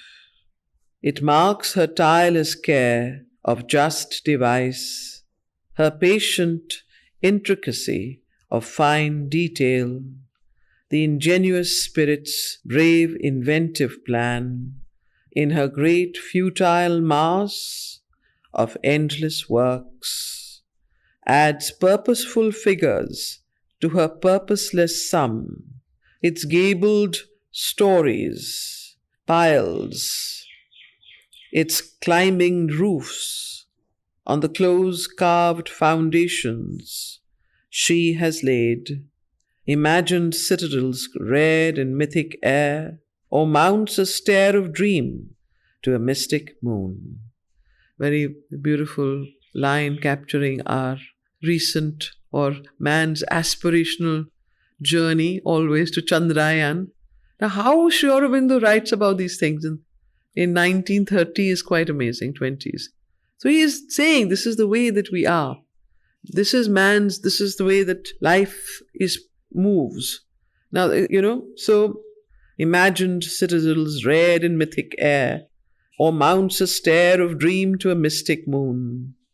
Transient creations point and hit the sky. Wow, it reminds me of Dubai, just from where I've come. That's all I saw. These massive storied buildings that you just keep looking in where they stop and how tall they go in Dubai. Yeah, I mean, you see this, like these creations that are just unbelievable. These lines, imagine citadels reared in mythic air, or mounts a stair of dream to a mystic moon. Transient creations point and hit the sky. A world conjecture's scheme is laboured out on the dim floor of mind's incertitude, or painfully built a fragmentary whole, impenetrable, a mystery recondite in the vast plan of which we are a part. Its harmonies are discords to our view, because we know not the great theme they serve. Inscrutable work, the cosmic agencies. They are not known. We don't understand why and what this is for. Inscrutable work.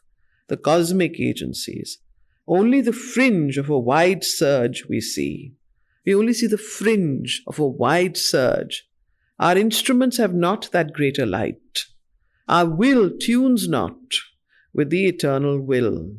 Our heart sight is too blind and passionate, impotent to share in nature's mystic tact, inapt to feel the pulse and core of things. Our reason cannot sound life's mighty sea, and only counts its waves and scans its foam. It knows not whence these motions touch and pass. It sees not whither sweeps the hurrying flood. Only it strives to canalize its powers and hopes to turn its course to human ends. But all its means come from the inconscient store. Unseen here act dim, huge world energies. Then this is one line. Unseen here act dim, huge world energies, and only trickles and currents are our share. So these huge world energies that are acting in this world unseen. And what do we see? Only trickles and currents are our share. Our mind lives far off from the authentic light, catching at little fragments of the truth in a small corner of infinity. Our lives are inlets of an ocean's force. Our conscious movements have sealed origins. But with those shadowy seats, no converse hold. No understanding binds our comrade parts. Our acts emerge from a crypt our minds ignore. Our deepest depths are ignorant of themselves. Even our body is a mystery shop, as our earth's roots lurk screened below our earths. So lie unseen our roots of mind and life. Where are the roots of mind and life? They lie unseen. And where do they lie? Here is where Ashwapati has come. Here is where Sri Aurobindo has discovered them. In the kingdom of the little life, these planes, these worlds where the roots of mind and life. Have you heard of this great, of all of you? When you see the tree, the banyan tree, actually the real banyan tree, the roots are up and the tree it's up. Have you seen that image inverted? In the Upanishad, when they describe the banyan tree, the roots are going up and the tree is going down. You see our banyan tree, the roots are going down and the tree is going up. What is this inverted banyan tree a symbol of, which the Upanishads talk about? Immortal. It shows that the roots of the things that we see on earth, and including our own, our mind, our life, the trees, plants, we think are coming from the soil, but their roots are in higher planes of consciousness. And therefore, the true image, when our own ego mind is set apart and we can see with our inner sight, the soul's sight, we will see things in their true form.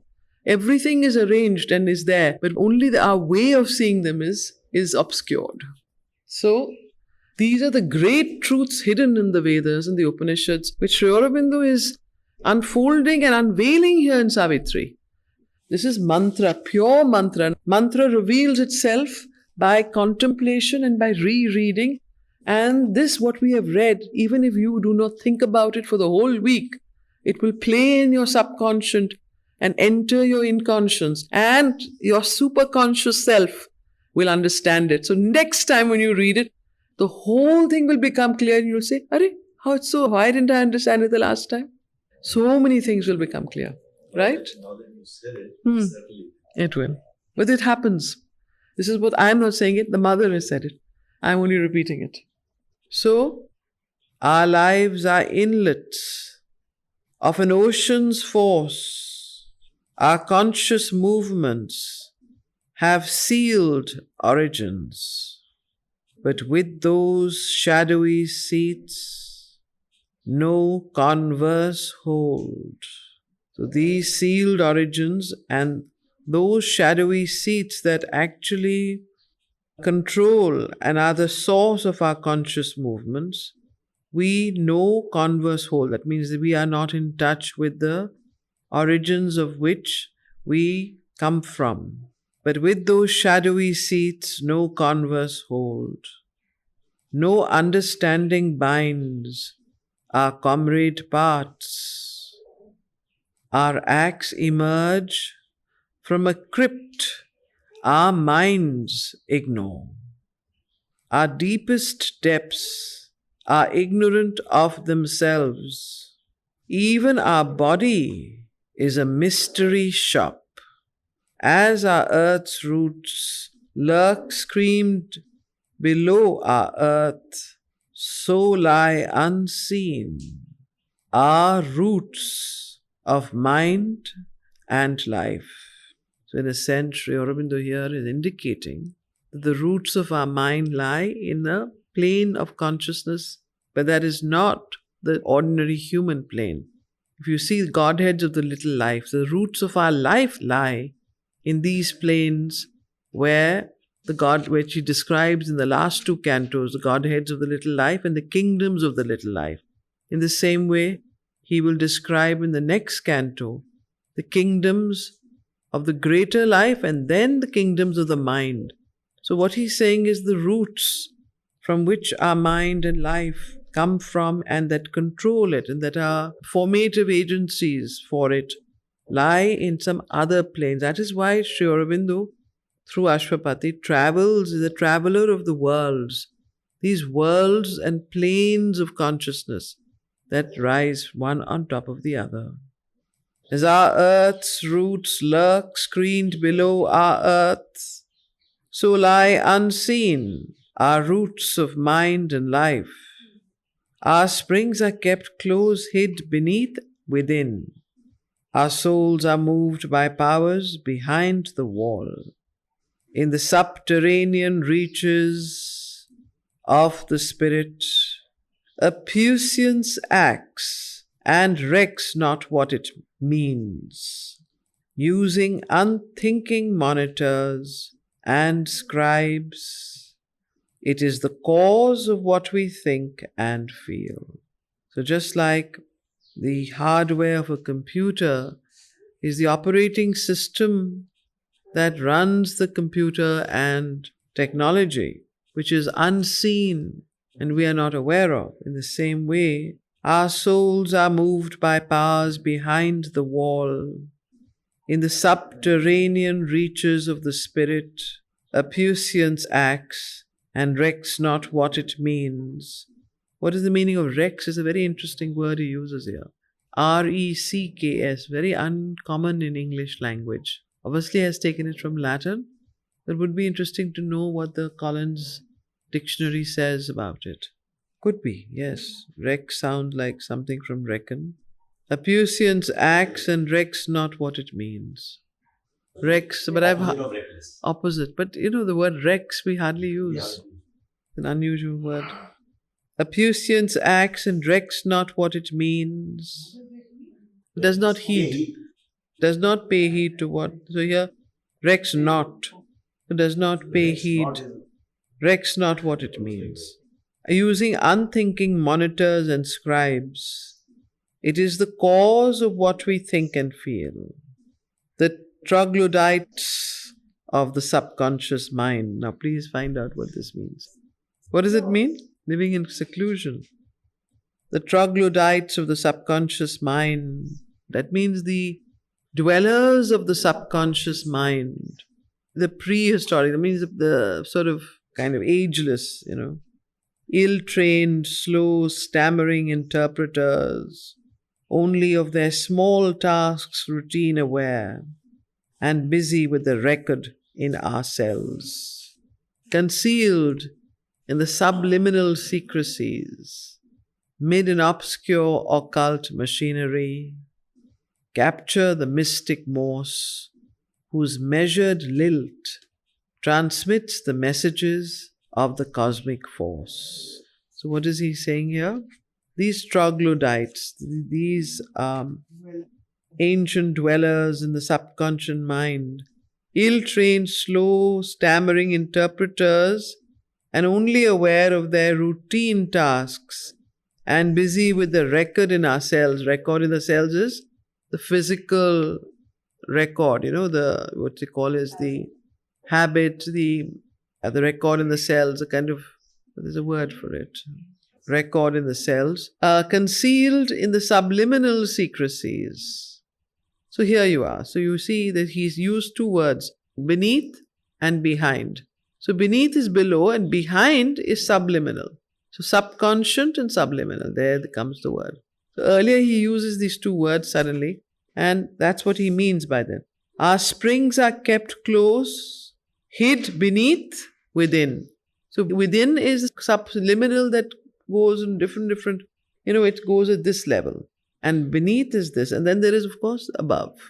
But at the moment we are in beneath and within.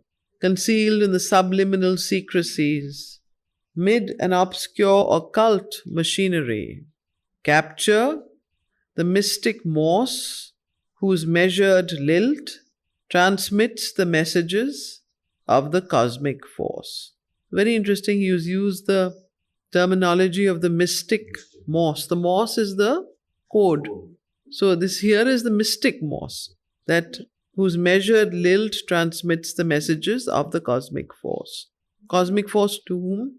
To the subconscious mind of man or of humanity or of whatever.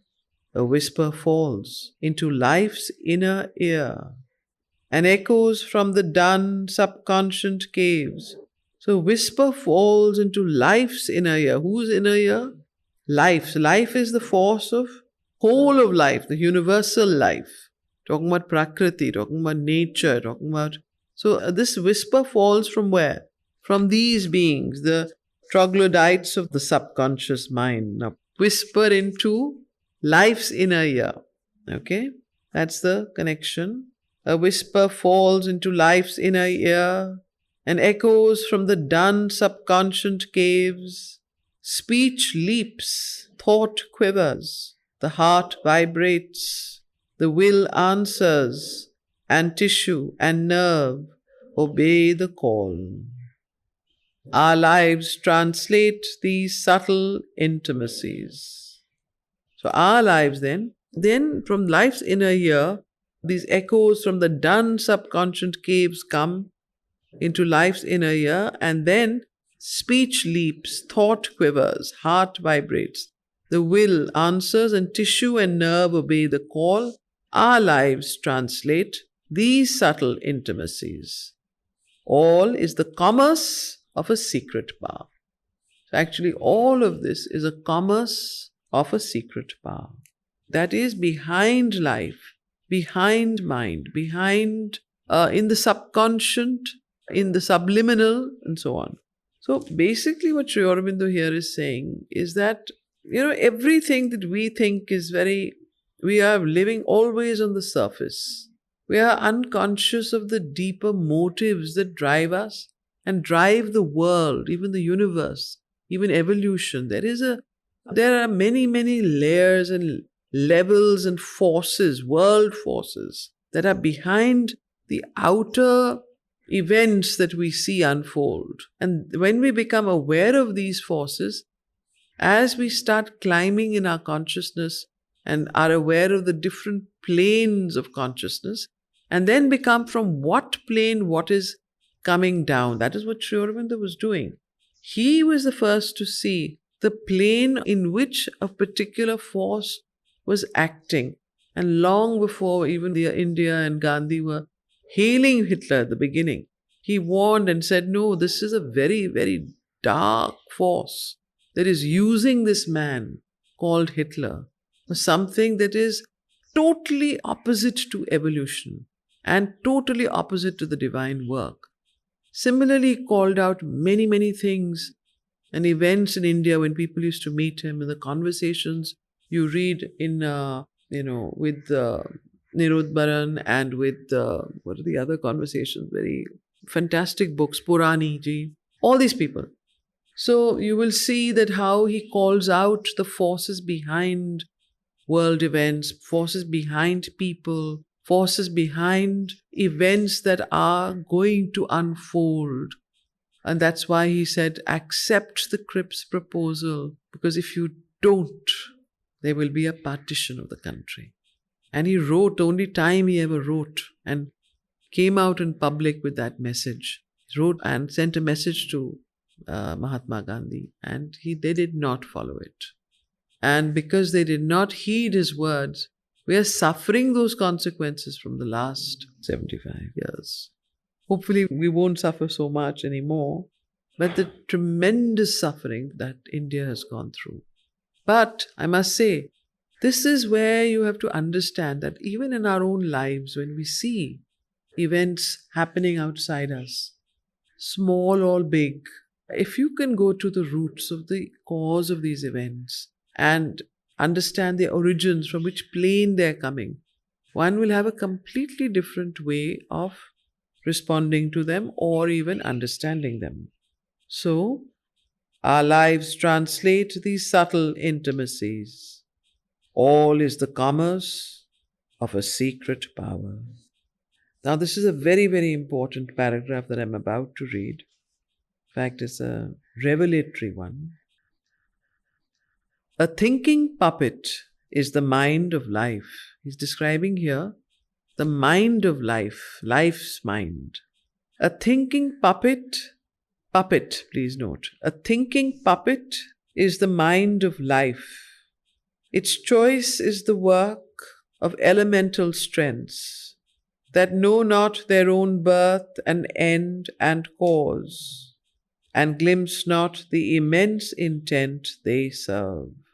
In this nether life of man, drab-hued and dull, yet filled with poignant small ignoble things, the conscious doll, please note the word D-O-L-L, doll. What is a doll?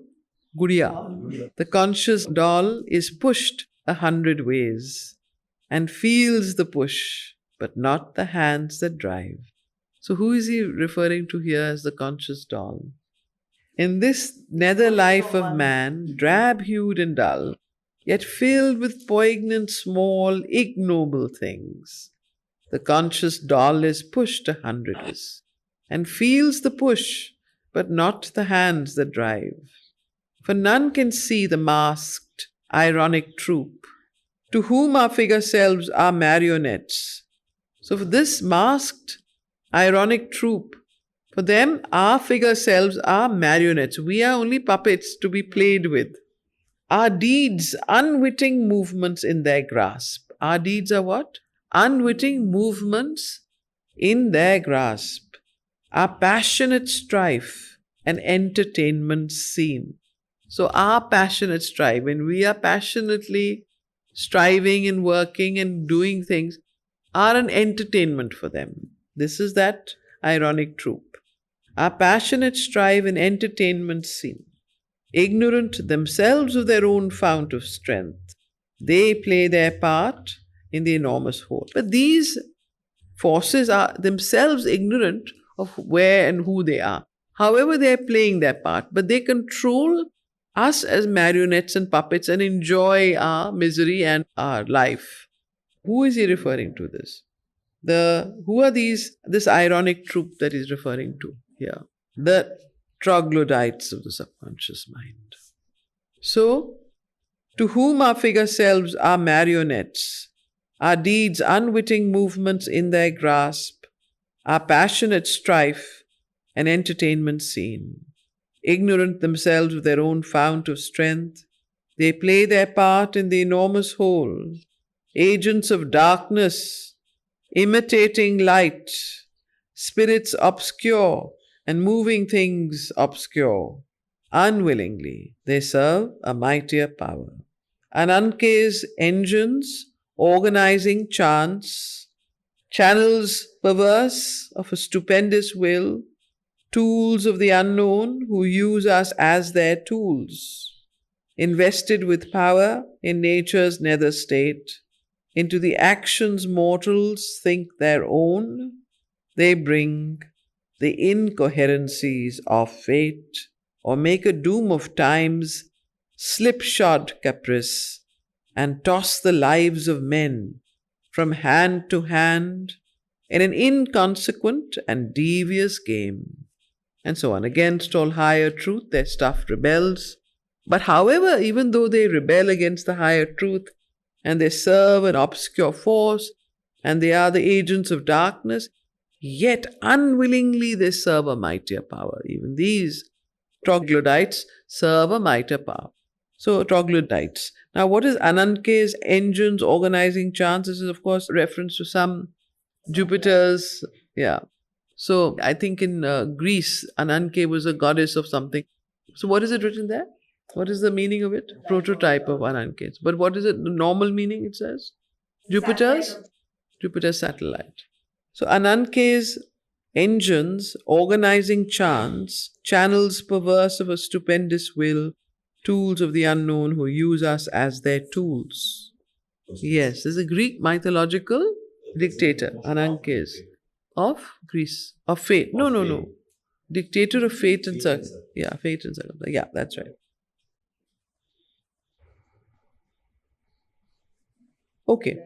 Channels perverse of a stupendous will, tools of the unknown who use us as their tools, invested with power in nature's nether state, into the actions mortals think their own. They bring the incoherencies of fate, or make a doom of time's slipshod caprice, and toss the lives of men from hand to hand in inconsequent and devious game. Against all higher truths, their stuff rebels. So this is the nature of these nether gods, these little Godheads of the little life. They push us as marionettes. Our deeds are unwittingly our movements in their grasp. And they are the agents of darkness imitating life.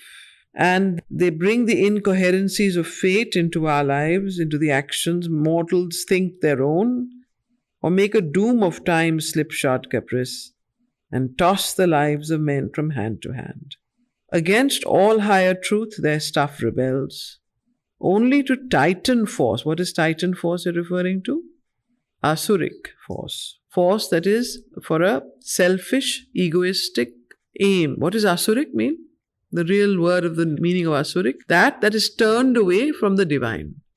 That is used, we call it evil, but actually what if you remove the moralistic tones, it is that is turned away from the divine, and everything it does, it's for its own selfish purpose, whether its own joy, whether its own satisfaction, its own desires, its own self-will. It no longer is not open to the divine. So that is Asuric. So we tend to put a very moralistic tone of evil and good and all that.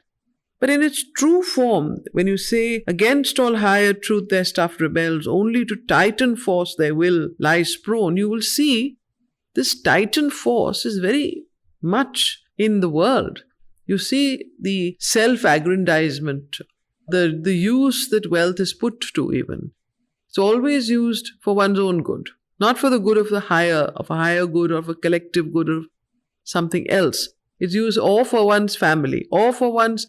It's always to do with one's own ego. Now that is a lower form or a smaller form of the Asuric tendency. Of course, you say the great Asuras are, Ravana and so many in others in our mythology. So what did Ravana do? Ravana was a great administrator. He was a great politician. He was a great thinker. And he had a lot of knowledge, like all Asuras have. But like Stalin had, like Hitler had in different ways, a great power. But they use it for themselves. So that is the Asuric nature. So against all higher truth, their stuff rebels. So we all have an Asuric strain in us, unless we become conscious of it. We do have it, because everything that turns upon itself is Asuric in a sense, because it is not open to the divine. So it's important to see these things not in a moralistic way, but in a very dispassionate, calm way. Then you can see the trends of the world. When Mother says that money power is in the hands of the Asuras, when she says that wealth, sex and power, political power is in the hands of the Asuras. So he says that three things go together: wealth, sex and power. Why? Because they are all to do with self-enjoyment in some way or the other. And when they go to the extreme form, they become Asuric. So, against all higher truth, their stuff rebels. Only to Titan force their will lies prone. Inordinate their hold on human hearts. In all our nature's turns, they intervene. Who intervene?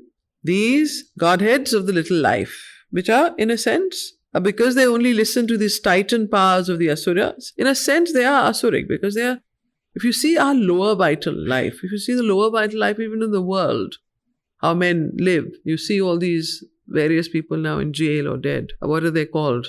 Jeff. So many documentaries are made on them. Movie stars or producers or rich businessmen, even your Bill Gates, for one. You see how they live. You see they always have these three elements in their life. They align. Mother said they go together. They can't be separated. And that is why the first force she said that will, well, there's a lot she said, but you read it yourselves. This is the plane from which this comes from. Just tell us that. Tell us about it. No. Doesn't have to be so serious. No, we're reading Savitri, not. I'm not giving a lecture on all this now. So I'm going to give you hints. You go find out yourself what it is. Against all higher truth, their stuff rebels. Only to tighten force, their will lies prone. Inordinate, their hold on human hearts. In all our nature's turns, they intervene. Insignificant architects of low-built lives. So what are they? They're insignificant architects of low-built lives, not low-built houses, but low-built lives. And engineers of interest and desire. So they're engineers of two things, self-interest and desire. This is their main way that they capture human beings and the human hearts and human lives and so on. I can't remember those people's names. I wanted to mention them anyway. So out of crude earthiness and muddy thrills and coarse reactions of material nerve, they build our huddled structures of self-will. You'll see these words coming up: self-will, desire, self-interest. So out of coarse reactions of material nerve, they build our huddled structures of self-will and the ill-lighted mansions of our thought, or with the ego's factories and marts, shopping marts, like the ego's factories and marts, surround the beautiful temple of the soul. So what is it that takes us away from our psychic being? The soul here refers to the inner being or the inner consciousness that is in touch with the divine. So how do they do it? By building these beautiful, by luring us to outer pleasures. So by building, or with ego's factories and marts. Marts, of course, really remind you a little bit of our wonderful malls. And how, you see in our lives, right now you'll see this playing out. This is not something that's just poetry or something in some higher plane. These have an action on our earthly lives. You can see the word earth, earthly life. They build our huddled structures of self-will and the ill-lighted mansions of our thought, or with the ego's factories and marts, surround the beautiful temple of the soul. Artists, minute of the hues of littleness, okay? They are artists of the hues of littleness. They set the mosaic of our comedy or plan the trivial tragedy of our days. Arrange the deed, combine the circumstance, and the fantasia of the mood's costume. So we always sometimes cry, oh, why did this happen to me?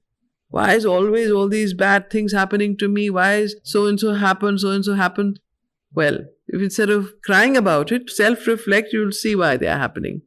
It is these forces that we are open to. And the moment you become open to these forces, they conjure up these situations for you, difficult situations, dire situations, situations of what they call as trivial tragedies of our days. Arrange the deed, combine the circumstance and the fantasia of the mood's costume. So even our moods, they come into the mind, they just into the emotional being, and they will get us into depression or despondency or whatever it is. So, the mother said that whenever you are depressed, you are insincere. So depression is something that you have to get rid of completely from your consciousness, because it is a sign of the asuric force. Now we don't realize it, we allow it to come and we wallow in it. But as one grows in consciousness, one is less and less and less depressed.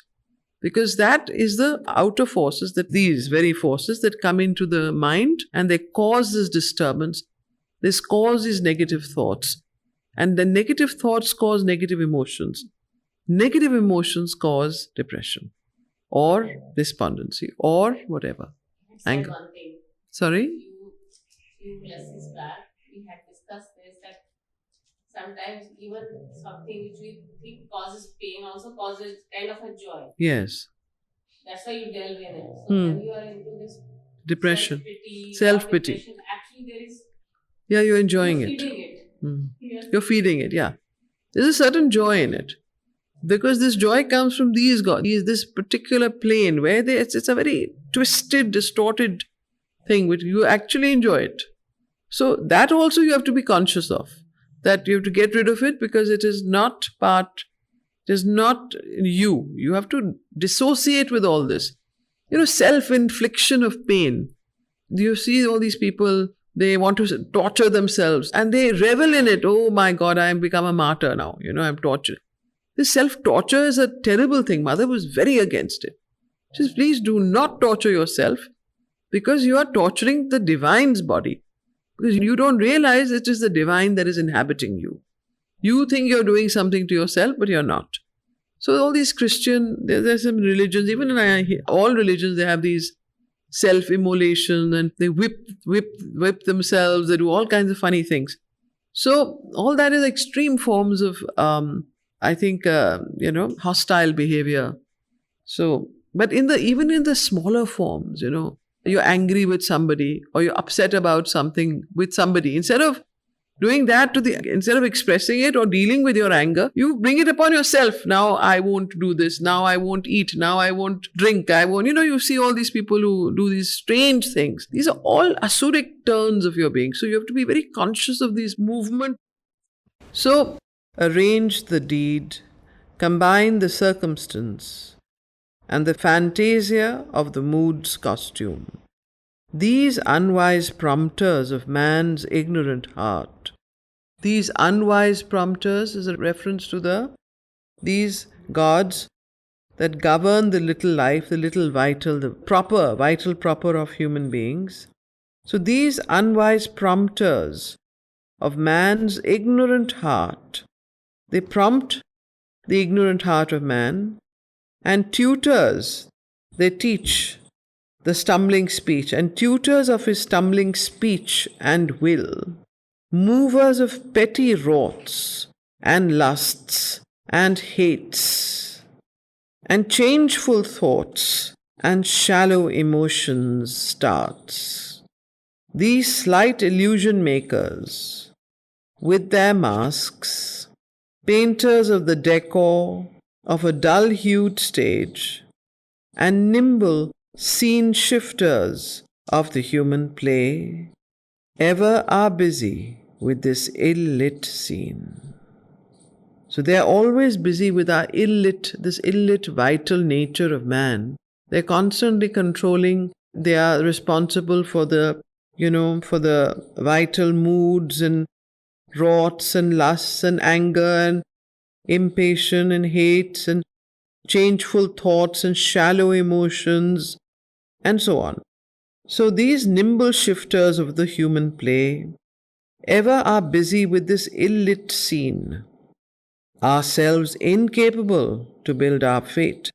So as we are incapable to build our fate, which means that as long as we are living in the outer nature of the mental, vital and physical nature of life, we are not capable of building our own fate or deciding our own destiny or even pursuing a deeper and higher aim. The outer nature of man is controlled completely by these vital Godheads, mental Godheads and physical Godheads, all of a lower strata of consciousness.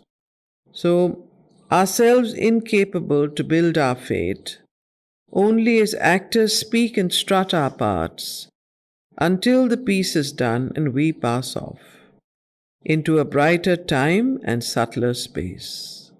Thus, they inflict their little pygmy law. So thus, who inflicts their little pygmy law, small law? These vital Godheads, and curb the mounting slow uprise of man. So what is it that stops us from rising upwards in our consciousness, in our aspiration, in our growth?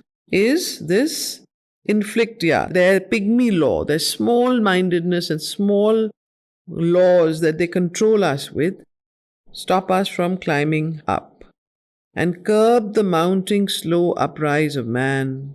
Then His too scanty walk with death they close. And in the end, that too scanty walk, up walk is a indication of going forward, they close with death.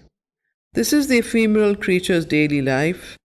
As long as the human animal is lord, and a dense nether nature screens the soul. So as long as the psychic being is screened, is not coming up in front, as long as the outer nature dominates us, this nether nature screens the soul, and this is our daily life. As long as intellect's outward gazing sight serves earthy interest and creature joys, an incurable littleness pursues his days. So even the intellect, what we consider is a higher faculty than the vital, is the intellect. So even the intellect's outward, the intellect, as long as it is using its mind, we are using our mind to gain creature joy, meaning, comforts and the outer life, and serve earthly interests. Earthly interest means material interests and creature joys. An incurable littleness pursues his days. And we also see that when we lose touch with our inner being, even if it is for a few hours or a few days or whatever, as soon as we lose touch with the inner being and the inner life, we ourselves turn into this kind of creature. An incurable littleness pursues his days. Ever since consciousness was born on earth, life is the same in insect, ape, and man.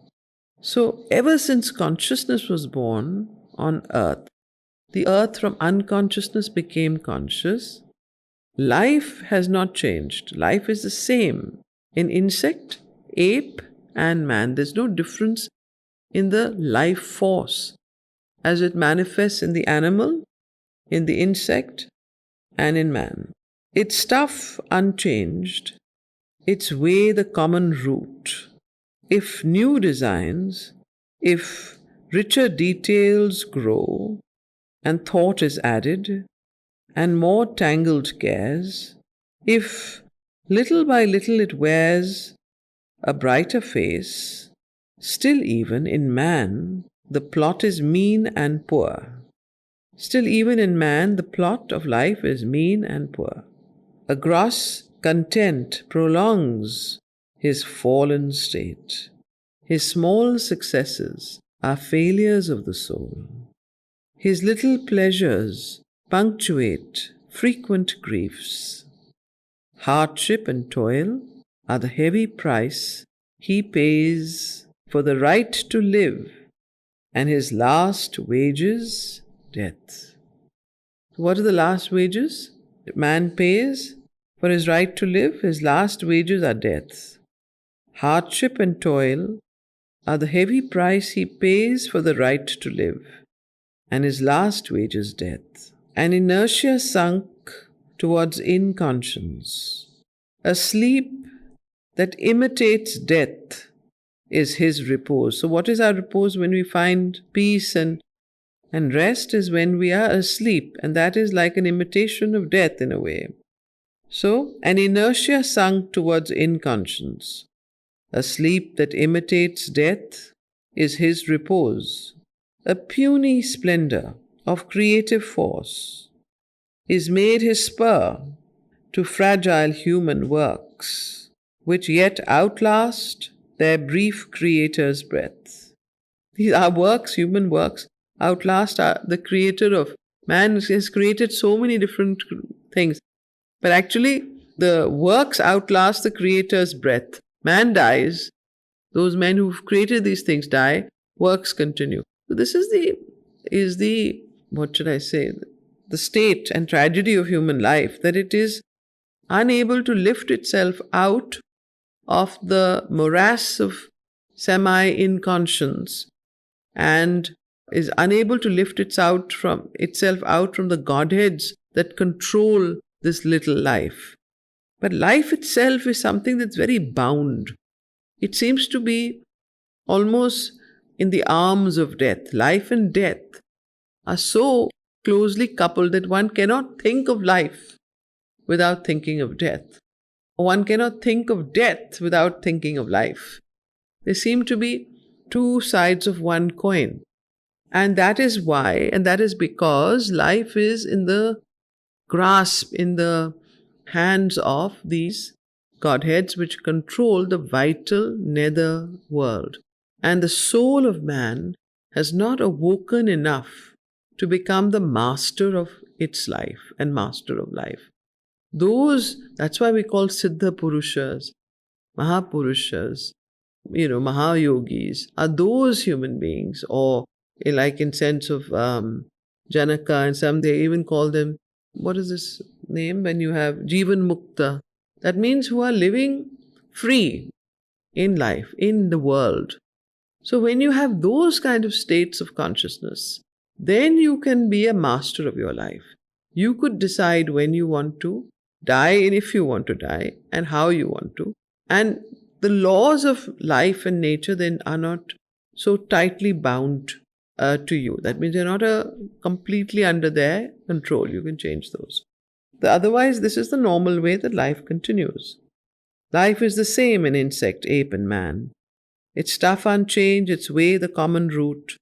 If new designs, if richer details grow, and thought is added in more tangled cares, if little by little it wears a brighter face, still even in man the plot is mean and poor.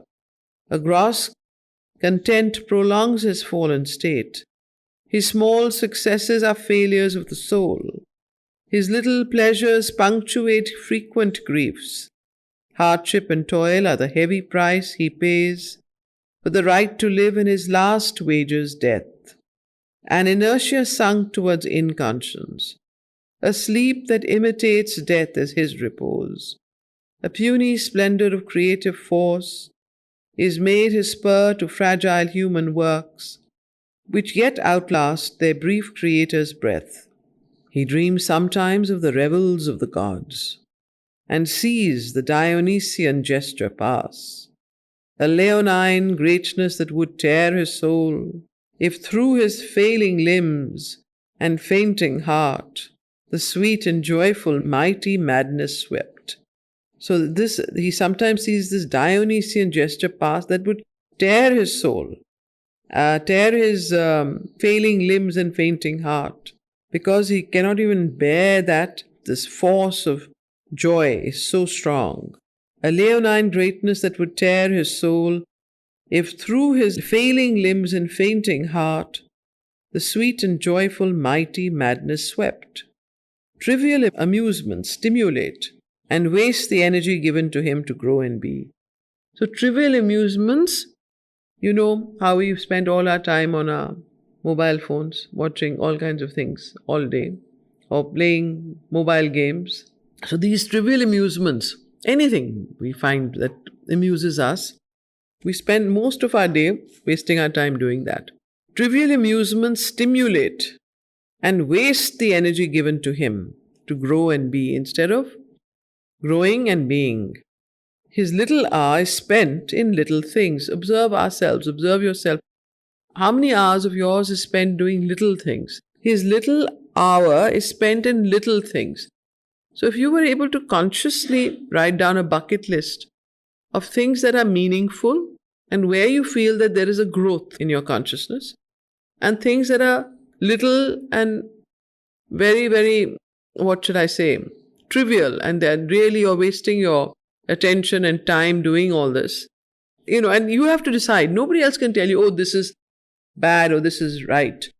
It's a conscious decision. Sometimes watching television or even reading or even seeing something on your phone, if it has a value to your soul, then it has some value. But if it is just a time pass, then it has no value. So to what purpose you put something is more important than what you do. So it's not the outer that one should judge. People who are so-called even sitting and doing nothing and meditating, maybe in their minds somewhere else and wasting their time thinking of all kinds of things that have nothing to do with what they're supposed to be doing. So what I'm trying to say is, this is an inner condition that only each one of us can judge for ourselves. But what Savitri does is it shines a light on human beings, on human nature, on trying to become more conscious of oneself and one's own time and how we use it and for what purpose. So the more you become conscious, the more you can use everything for a deeper purpose. You can use it, you can make it food for the soul, rather than food for the vital being, or for desires, or for self-interest, or for time pass, or whatever it might be. So, his little hour is spent in little things. A brief companionship with many jars. A brief just look at this beautiful phrase he uses. A brief companionship with many jars. A little love and jealousy and hate. A touch of friendship mid indifferent crowds. Draw his heart plan on life's diminutive map. So a touch of friendship mid indifferent crowds. Draw his heart plan on life's diminutive map. If something great awakes, too frail his pitch to reveal its zenith tension of delight. So even if something great awakes in him, his pitch is too frail, he can't hold it to take it to its zenith, to his utmost tension of delight. He lets go of it because too much, he cannot bear it himself. So this is the problem of human nature. If something great, companionship with many jars. Yeah. So jars here is a reference to different experiences, jars. Brief companionship with different. When you put something in a jar, you kind of compartmentalize these things. So what I would understand is that different kinds of people or different kinds of Experiences, yeah. So it could be. Your life, what I understood is that your life is made up of various compartmentalized, different experiences, which are with different jars contained, and you are moving from one to the other.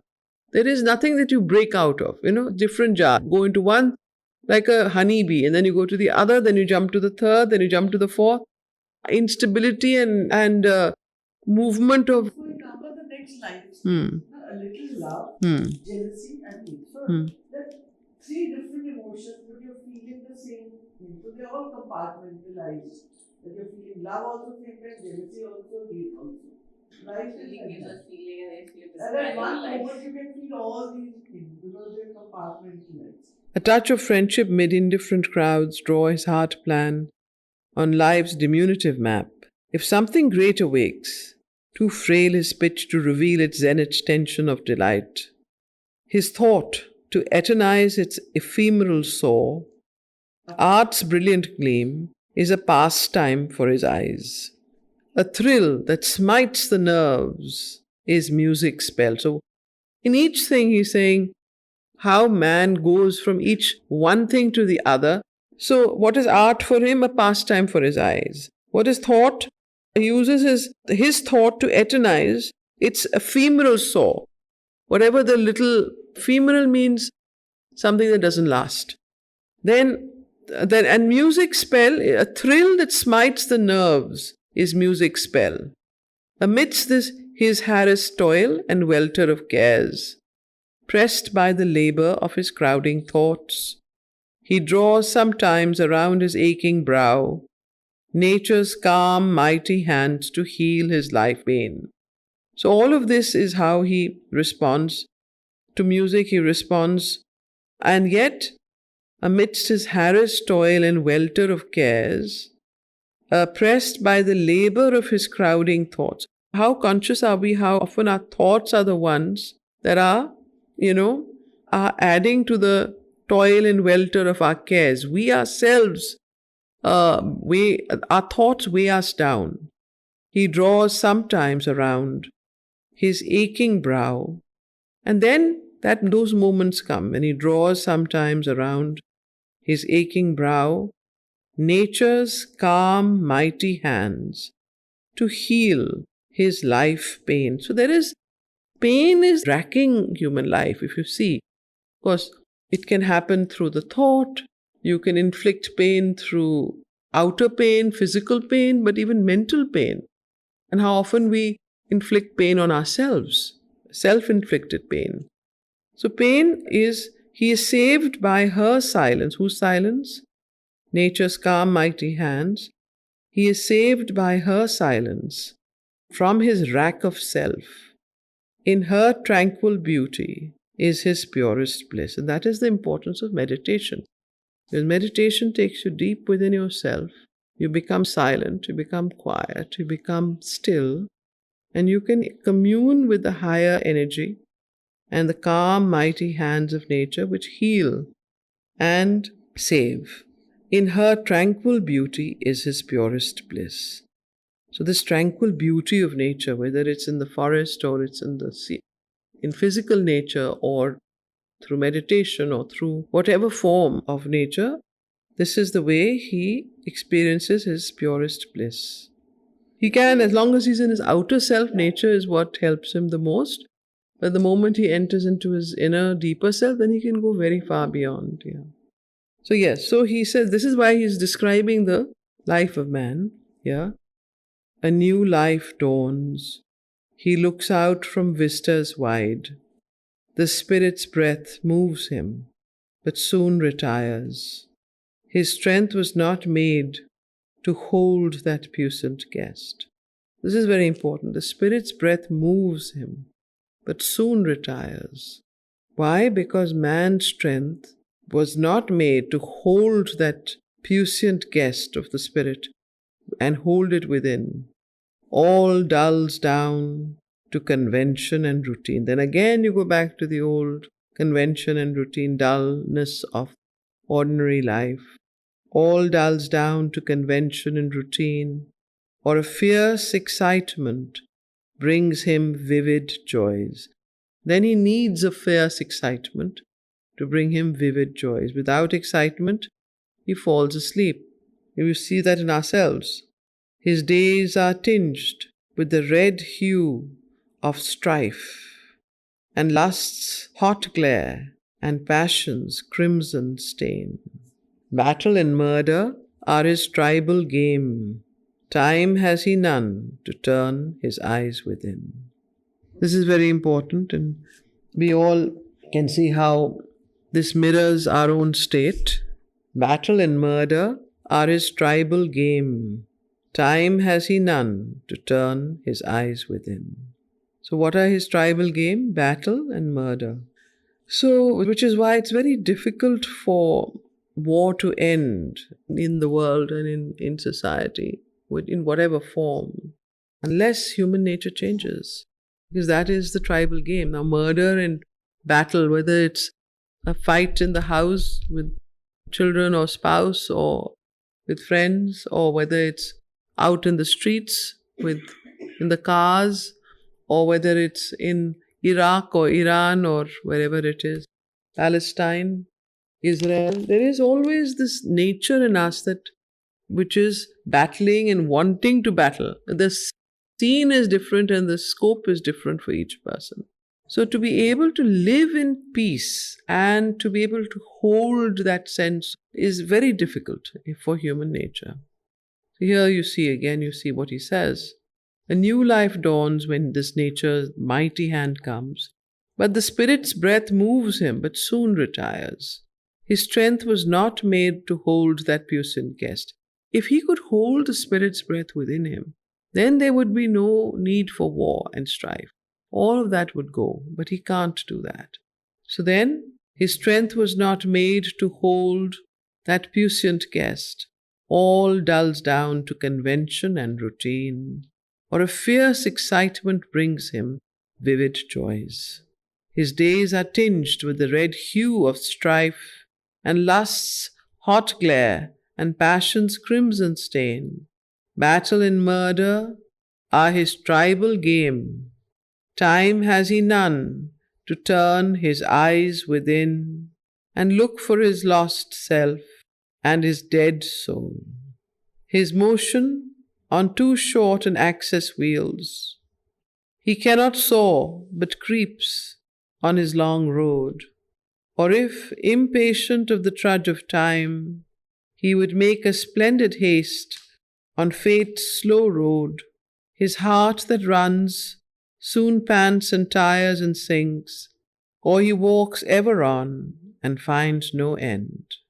Hardly a few can climb to greater life. This one sentence, and this whole thing suddenly comes up with this one illuminating sentence. Hardly a few can climb to greater life. All tunes to a low scale and conscious pitch. His knowledge dwells in the house of ignorance. His force nears not, even once the omnipotent. So, hardly a few can climb to greater life. And then he describes after that how man's knowledge dwells in the house of ignorance, how our force nears not even once the omnipotent. Rare are his visits of heavenly ecstasy, the bliss which sleeps in things and tries to wake, breaks out in him in a small joy of life. This scanty grace is his persistent stay. It lightens the burden of his many ills and reconciles him to his little world. He is satisfied with the common average kind. Tomorrow's hopes and his old rounds of thought, his old familiar interests and desires, he has made into a thick and narrowing hedge, defending his small life from the invisible. His being's kinship to infinity, he has shut away from him into inmost self, fenced off the greatnesses of hidden God. So this is what he does. We are all guilty of this. This is the way ordinary human life proceeds. His being was formed to play a trivial part in a little drama on a petty stage. In a narrow plot, he has pitched his tent of life beneath the wide gaze of the starry vast. He is the crown of all that has been done. Thus is creation's labor justified. So man in his ego puts himself in the center of the world. We only look for what is around us, and therefore here's a wonderful description of the Godheads that govern human life and how they determine the smallnesses and make sure that man sticks to the old round of desires and self-interest. So he has shut away from him into inmost self. What is he shut away from him into inmost self? His being's kinship to infinity, fenced off the greatnesses of hidden God. His being was formed to play a trivial part in a little drama on a petty stage. In a narrow plot, he has pitched his tent of life beneath the wide gaze of the starry vast. He is the crown of all that has been done. Thus is creation's labor justified. This is the world's result, nature's last poise. And if this were all and nothing more were meant, if what now seems were the whole of what must be, if this were not a stage through which we pass, on our road from matter to eternal self, to the light that made the worlds, the cause of things, well might interpret our mind's limited view, existence as an accident in time. So, if this were all that we well might interpret our mind's limited view, existence as an accident in time, illusion or phenomenon or freak, the paradox of a creative thought which moves between unreal opposites, inanimate force struggling to feel and know, matter that chants to read itself by mind, inconscience monstrously engendering soul. At times all looks unreal and remote.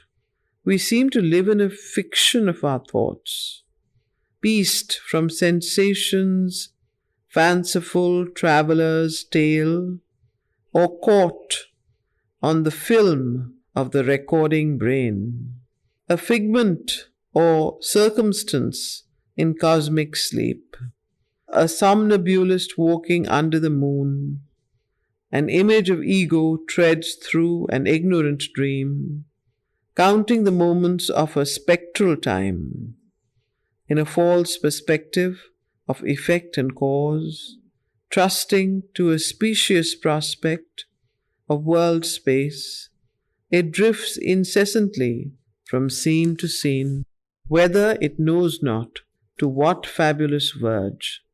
All here is dreamed or doubtfully exists, but who the dreamer is and whence he looks is still unknown or only a shadowy guess. Or the world is real, but ourselves too small, insufficient for the mightiness of our stage. So, this is the whole picture that Sri Aurobindo draws through the vision and eyes of Ashwapati, where he comes into contact with these Godheads who are very like gnomes. These are not real Godheads of the little life. In fact, in the beginning of this chapter, the Godheads of the little life is a wonderful description of what these Godheads look like. What do these Godheads look like? And this will give you the idea of what kind of Godheads he's talking about. He starts it with this description. These two cantos, Kingdom of the Little Life and Godheads of the Little Life, are very, very long, but they are so vast and long and descriptive only because they are very important for us to understand, so that we can understand where the influences in our own life come from and can understand human life better. So if you read the first page, you'll see, he says there, he describes these Godheads as like little deities of time's nether act. And he describes them as almost like gnome-like, dusky shapes, the small conspiracies, amused with the small contrivings, the brief hopes, and so on. And there is also a wonderful description of them. Reptile. See here, as if imminent in the shadows, they are like imps with wry limbs and carved beast visages, sprite prompters, goblin wizened, fairy small, genii, unsouled, poor, fallen beings, and so on. Half animal, half god.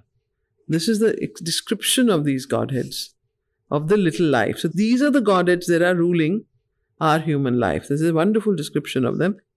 So now when you understand what these Godheads are, you will see why they influence man in this way, influence us in this way. If you come back to where we were, page 167, all here is dreamed of doubtfully exists. But who the dreamer is and whence he looks is still unknown or only a shadowy guess. Or the world is real, but ourselves too small, insufficient for the mightiness of our stage. A thin life curve crosses the Titan whirl of the orbit of a soulless universe, and in the belly of the sparse rolling mass, a mind looks out from a small casual globe and wonders what itself and all things are. And yet to some interned subjective sight that strangely has formed in matter's sightless stuff, a pointillage minute of little self takes figure as world being's conscious base. Such is our scene in the half light below. This is the sign of matter's infinite. This the weird purport of the picture shown to science, the giantess, measurer of her field, as she pores on the record of her close survey and mathematizes her huge external world, to reason bound within the circle of sense, or in thought's broad, impalpable exchange, a speculator in tenuous, vast ideas, abstractions in the void, her currency, we know not with what firm values for its base. Only religion in this bankruptcy presents its dubious riches to our hearts, or signs unprovisioned checks on the beyond. So, only religion in this bankruptcy presents its dubious riches to our hearts, or signs unprovisioned checks on the beyond. Our poverty shall there have its revenge. Our spirits depart, discarding a futile life, into the blank unknown, or with them take death's passport into immortality. Yeah, so this is definitely what, again, Sri Aurobindo brings back, that just so that we know that this is not, even though these Godheads tend to dominate our outer mind and life, they are not the only ones. There is something deeper and higher that we can turn to, which is guiding us and is definitely there. Yet was this only a provisional scheme, a false appearance sketched by limiting sense, mind's insufficient self-discovery, an early attempt, a first experiment. This was a toy to amuse the infant earth. But knowledge ends not in these surface powers, that lives upon a ledge in the ignorance, and dare not look into the dangerous depths, or to stare upward, measuring the unknown. There is a deeper seeing from within, and when we have left these small purlieus of mind, a greater vision meets us on the heights.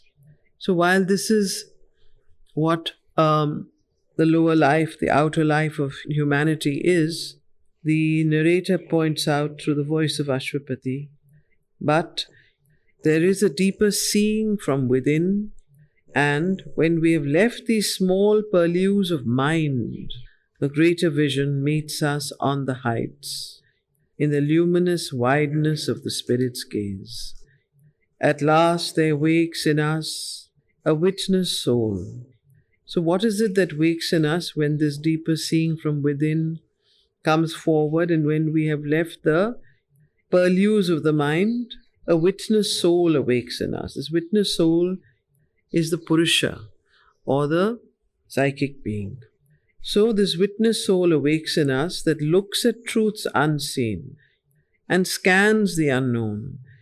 Then all assumes a new and marvelous face. Everything changes because of this inner being that is awakened. The world quivers with a God light at its core. In time's deep heart, high purposes move and live. So then, because of this deeper inner witness's view, and because of its awakening, we begin to see the world in its true light. Its inner truths, which are unseen, come forward, and all assumes a new and marvelous face. The world quivers with a God light at its core. In time's deep heart, high purposes move and live. Life's borders crumble and join infinity. So the borders of life crumble. The borders of life are the borders of the vital life force in us also. So the borders of life crumble and join infinity means what? How does that change the way that we see things? And the vital self, the borders of the vital mind, the vital physical crumble, and we are able to join infinity. Whole view completely changes.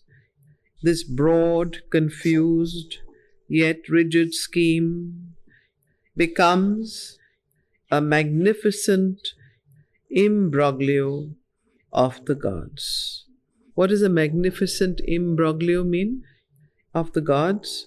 a game, a work, ambiguously divine. What is the meaning of the word ambiguously divine? Ambiguously, yeah, in a kind of not a fully revealed state and hidden. A game, a work, ambiguously divine. Our seekings. And then what happens to our seekings, our aspirations?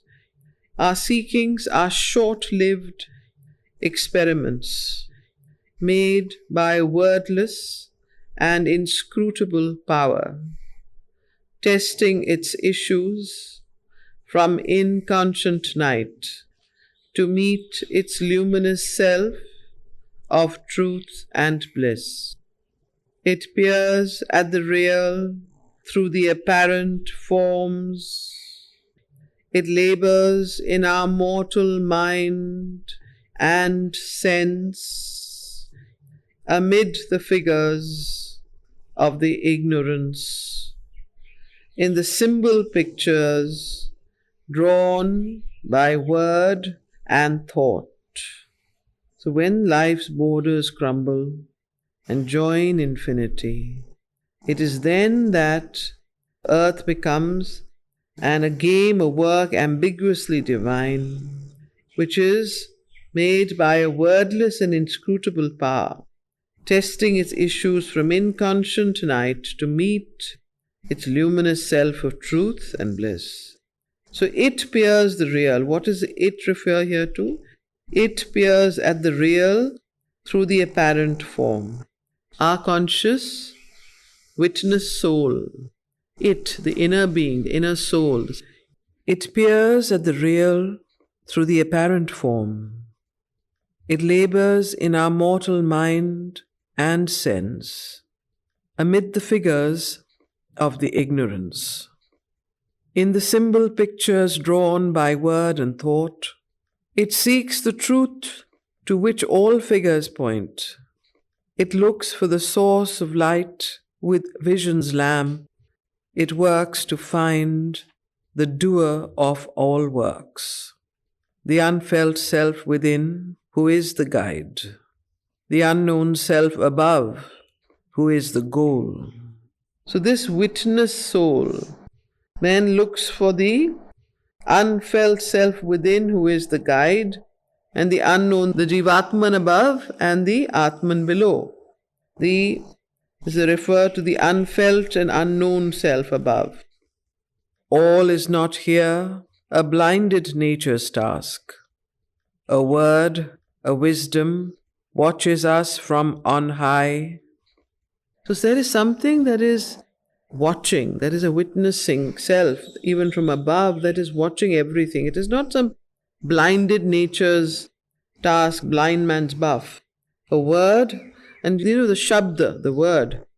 A word, a wisdom, watches us from on high. A witness sanctioning her will and works.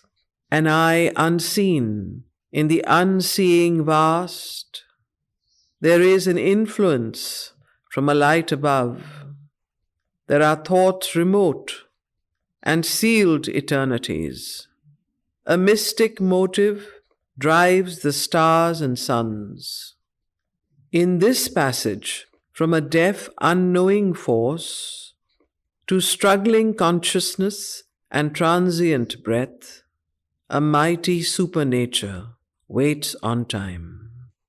The world is other than we now think and see. Our lives a deeper mystery than we have dreamed.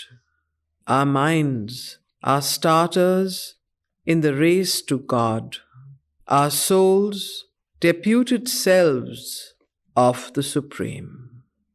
Across the cosmic field, through narrow lanes, asking a scanty dole from fortune's hands, and garbed in beggar's robes, there walks the One.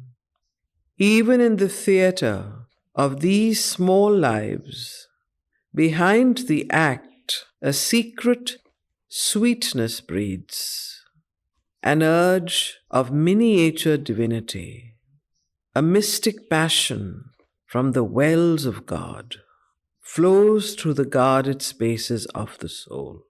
a force that helps, supports the suffering earth, an unseen nearness and a hidden joy. There are muffled throbs of laughter's undertones, the murmur of an occult happiness, an exultation in the depths of sleep, a heart of bliss within a world of pain. An infant nursed on nature's covert breast, an infant playing in the magic woods, fluting to rapture by the spirit's streams, awaits the hour when we shall turn to his call. In this investiture of fleshly life, a soul that is a spark of God survives, and sometimes it breaks through the sordid screen and kindles a fire that makes us half divine. In our body's cells, there sits a hidden power that sees the unseen and plans eternity. Our smallest parts have room for deepest needs. There too, the golden messengers can come. A door is cut in the mud wall of self. Across the lowly threshold with bowed heads, angels of ecstasy and self-giving pass, and lodged in an inner sanctuary of dream, the makers of the image of deity live. Pity is there, and fire-winged sacrifice, and flashes of sympathy and tenderness cast heaven lights from the heart's secluded shrine. A work is done in the deep silences, a glory and wonder of spiritual sense, a laughter in beauty's everlasting space, transforming world experience into joy. Inhabit the mystery of the untouched gulfs. Lulled by time's beats, eternity sleeps in us. In the sealed, hermetic heart, the happy core, unmoved behind this outer shape of death, the eternal entity prepares within its matter of divine felicity. Its reign of heavenly phenomenon, even in our skeptic mind of ignorance, a foresight comes of some immense release. Our will lifts towards its slow and shaping hands. Each part in us desires its absolute. Our thoughts covet the everlasting light. Our strength derives from an omnipotent force. And since from a veiled God joy the worlds were made, and since eternal beauty asks for form, even here where all is made of being's dust, our hearts are captured by ensnaring shapes. Our very senses blindly seek for bliss. Our error crucifies reality to force its birth and divine body here, compelling, incarnate in a human form, and breathing in limbs that one can touch and clasp, its knowledge to rescue an ancient ignorance, its savior light, the inconscient universe. And when that greater self comes sea-like down to fill this image of our transience, all shall be captured by delight, transformed. In waves of undreamed ecstasy shall roll our mind and life and sense, and laugh in a light other than this hard, limited human day.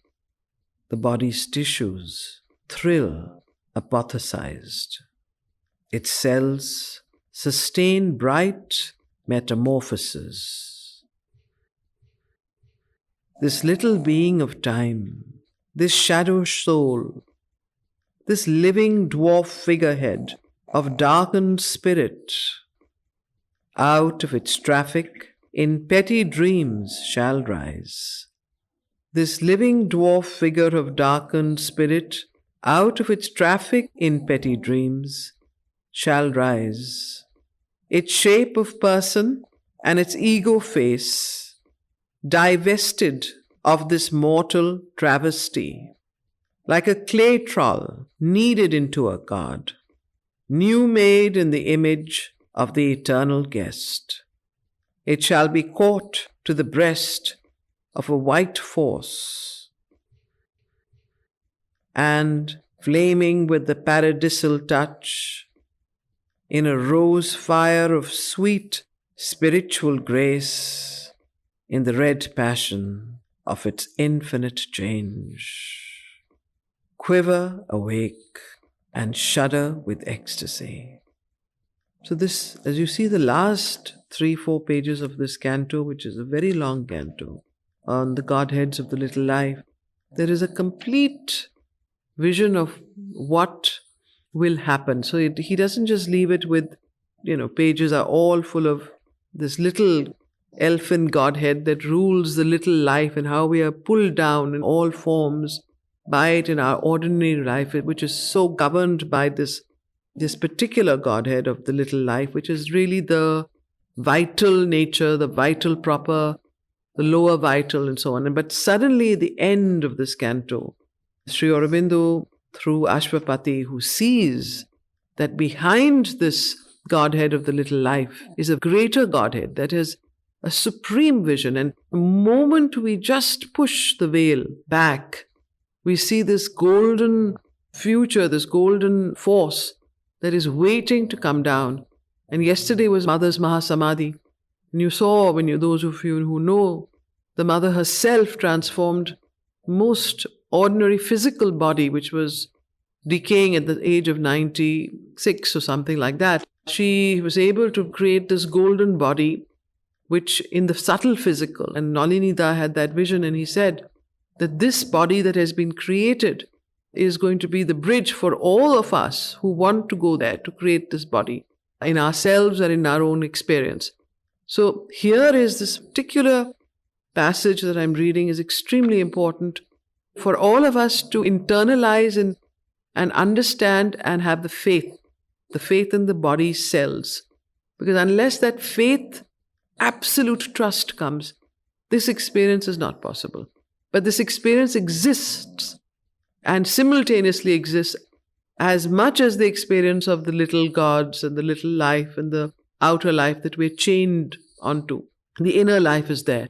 And that's why Sri Aurobindo has written Savitri. So that this particular mantric vibration can enter into the human consciousness.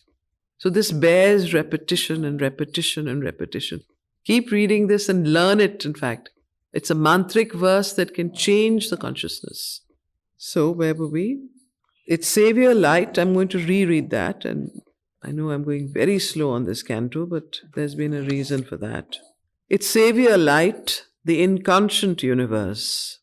And when that greater self with a capital S, comes sea-like down to fill this image of our transience, all shall be captured by delight, transformed in waves of undreamed ecstasy, shall roll our mind and life and sense, and laugh in a light other than this hard, limited human day. The body's tissues thrill apothecized. Its cells sustain bright metamorphoses. This little being of time, this shadow soul, this living dwarf figurehead of darkened spirit, out of its traffic in petty dreams shall rise.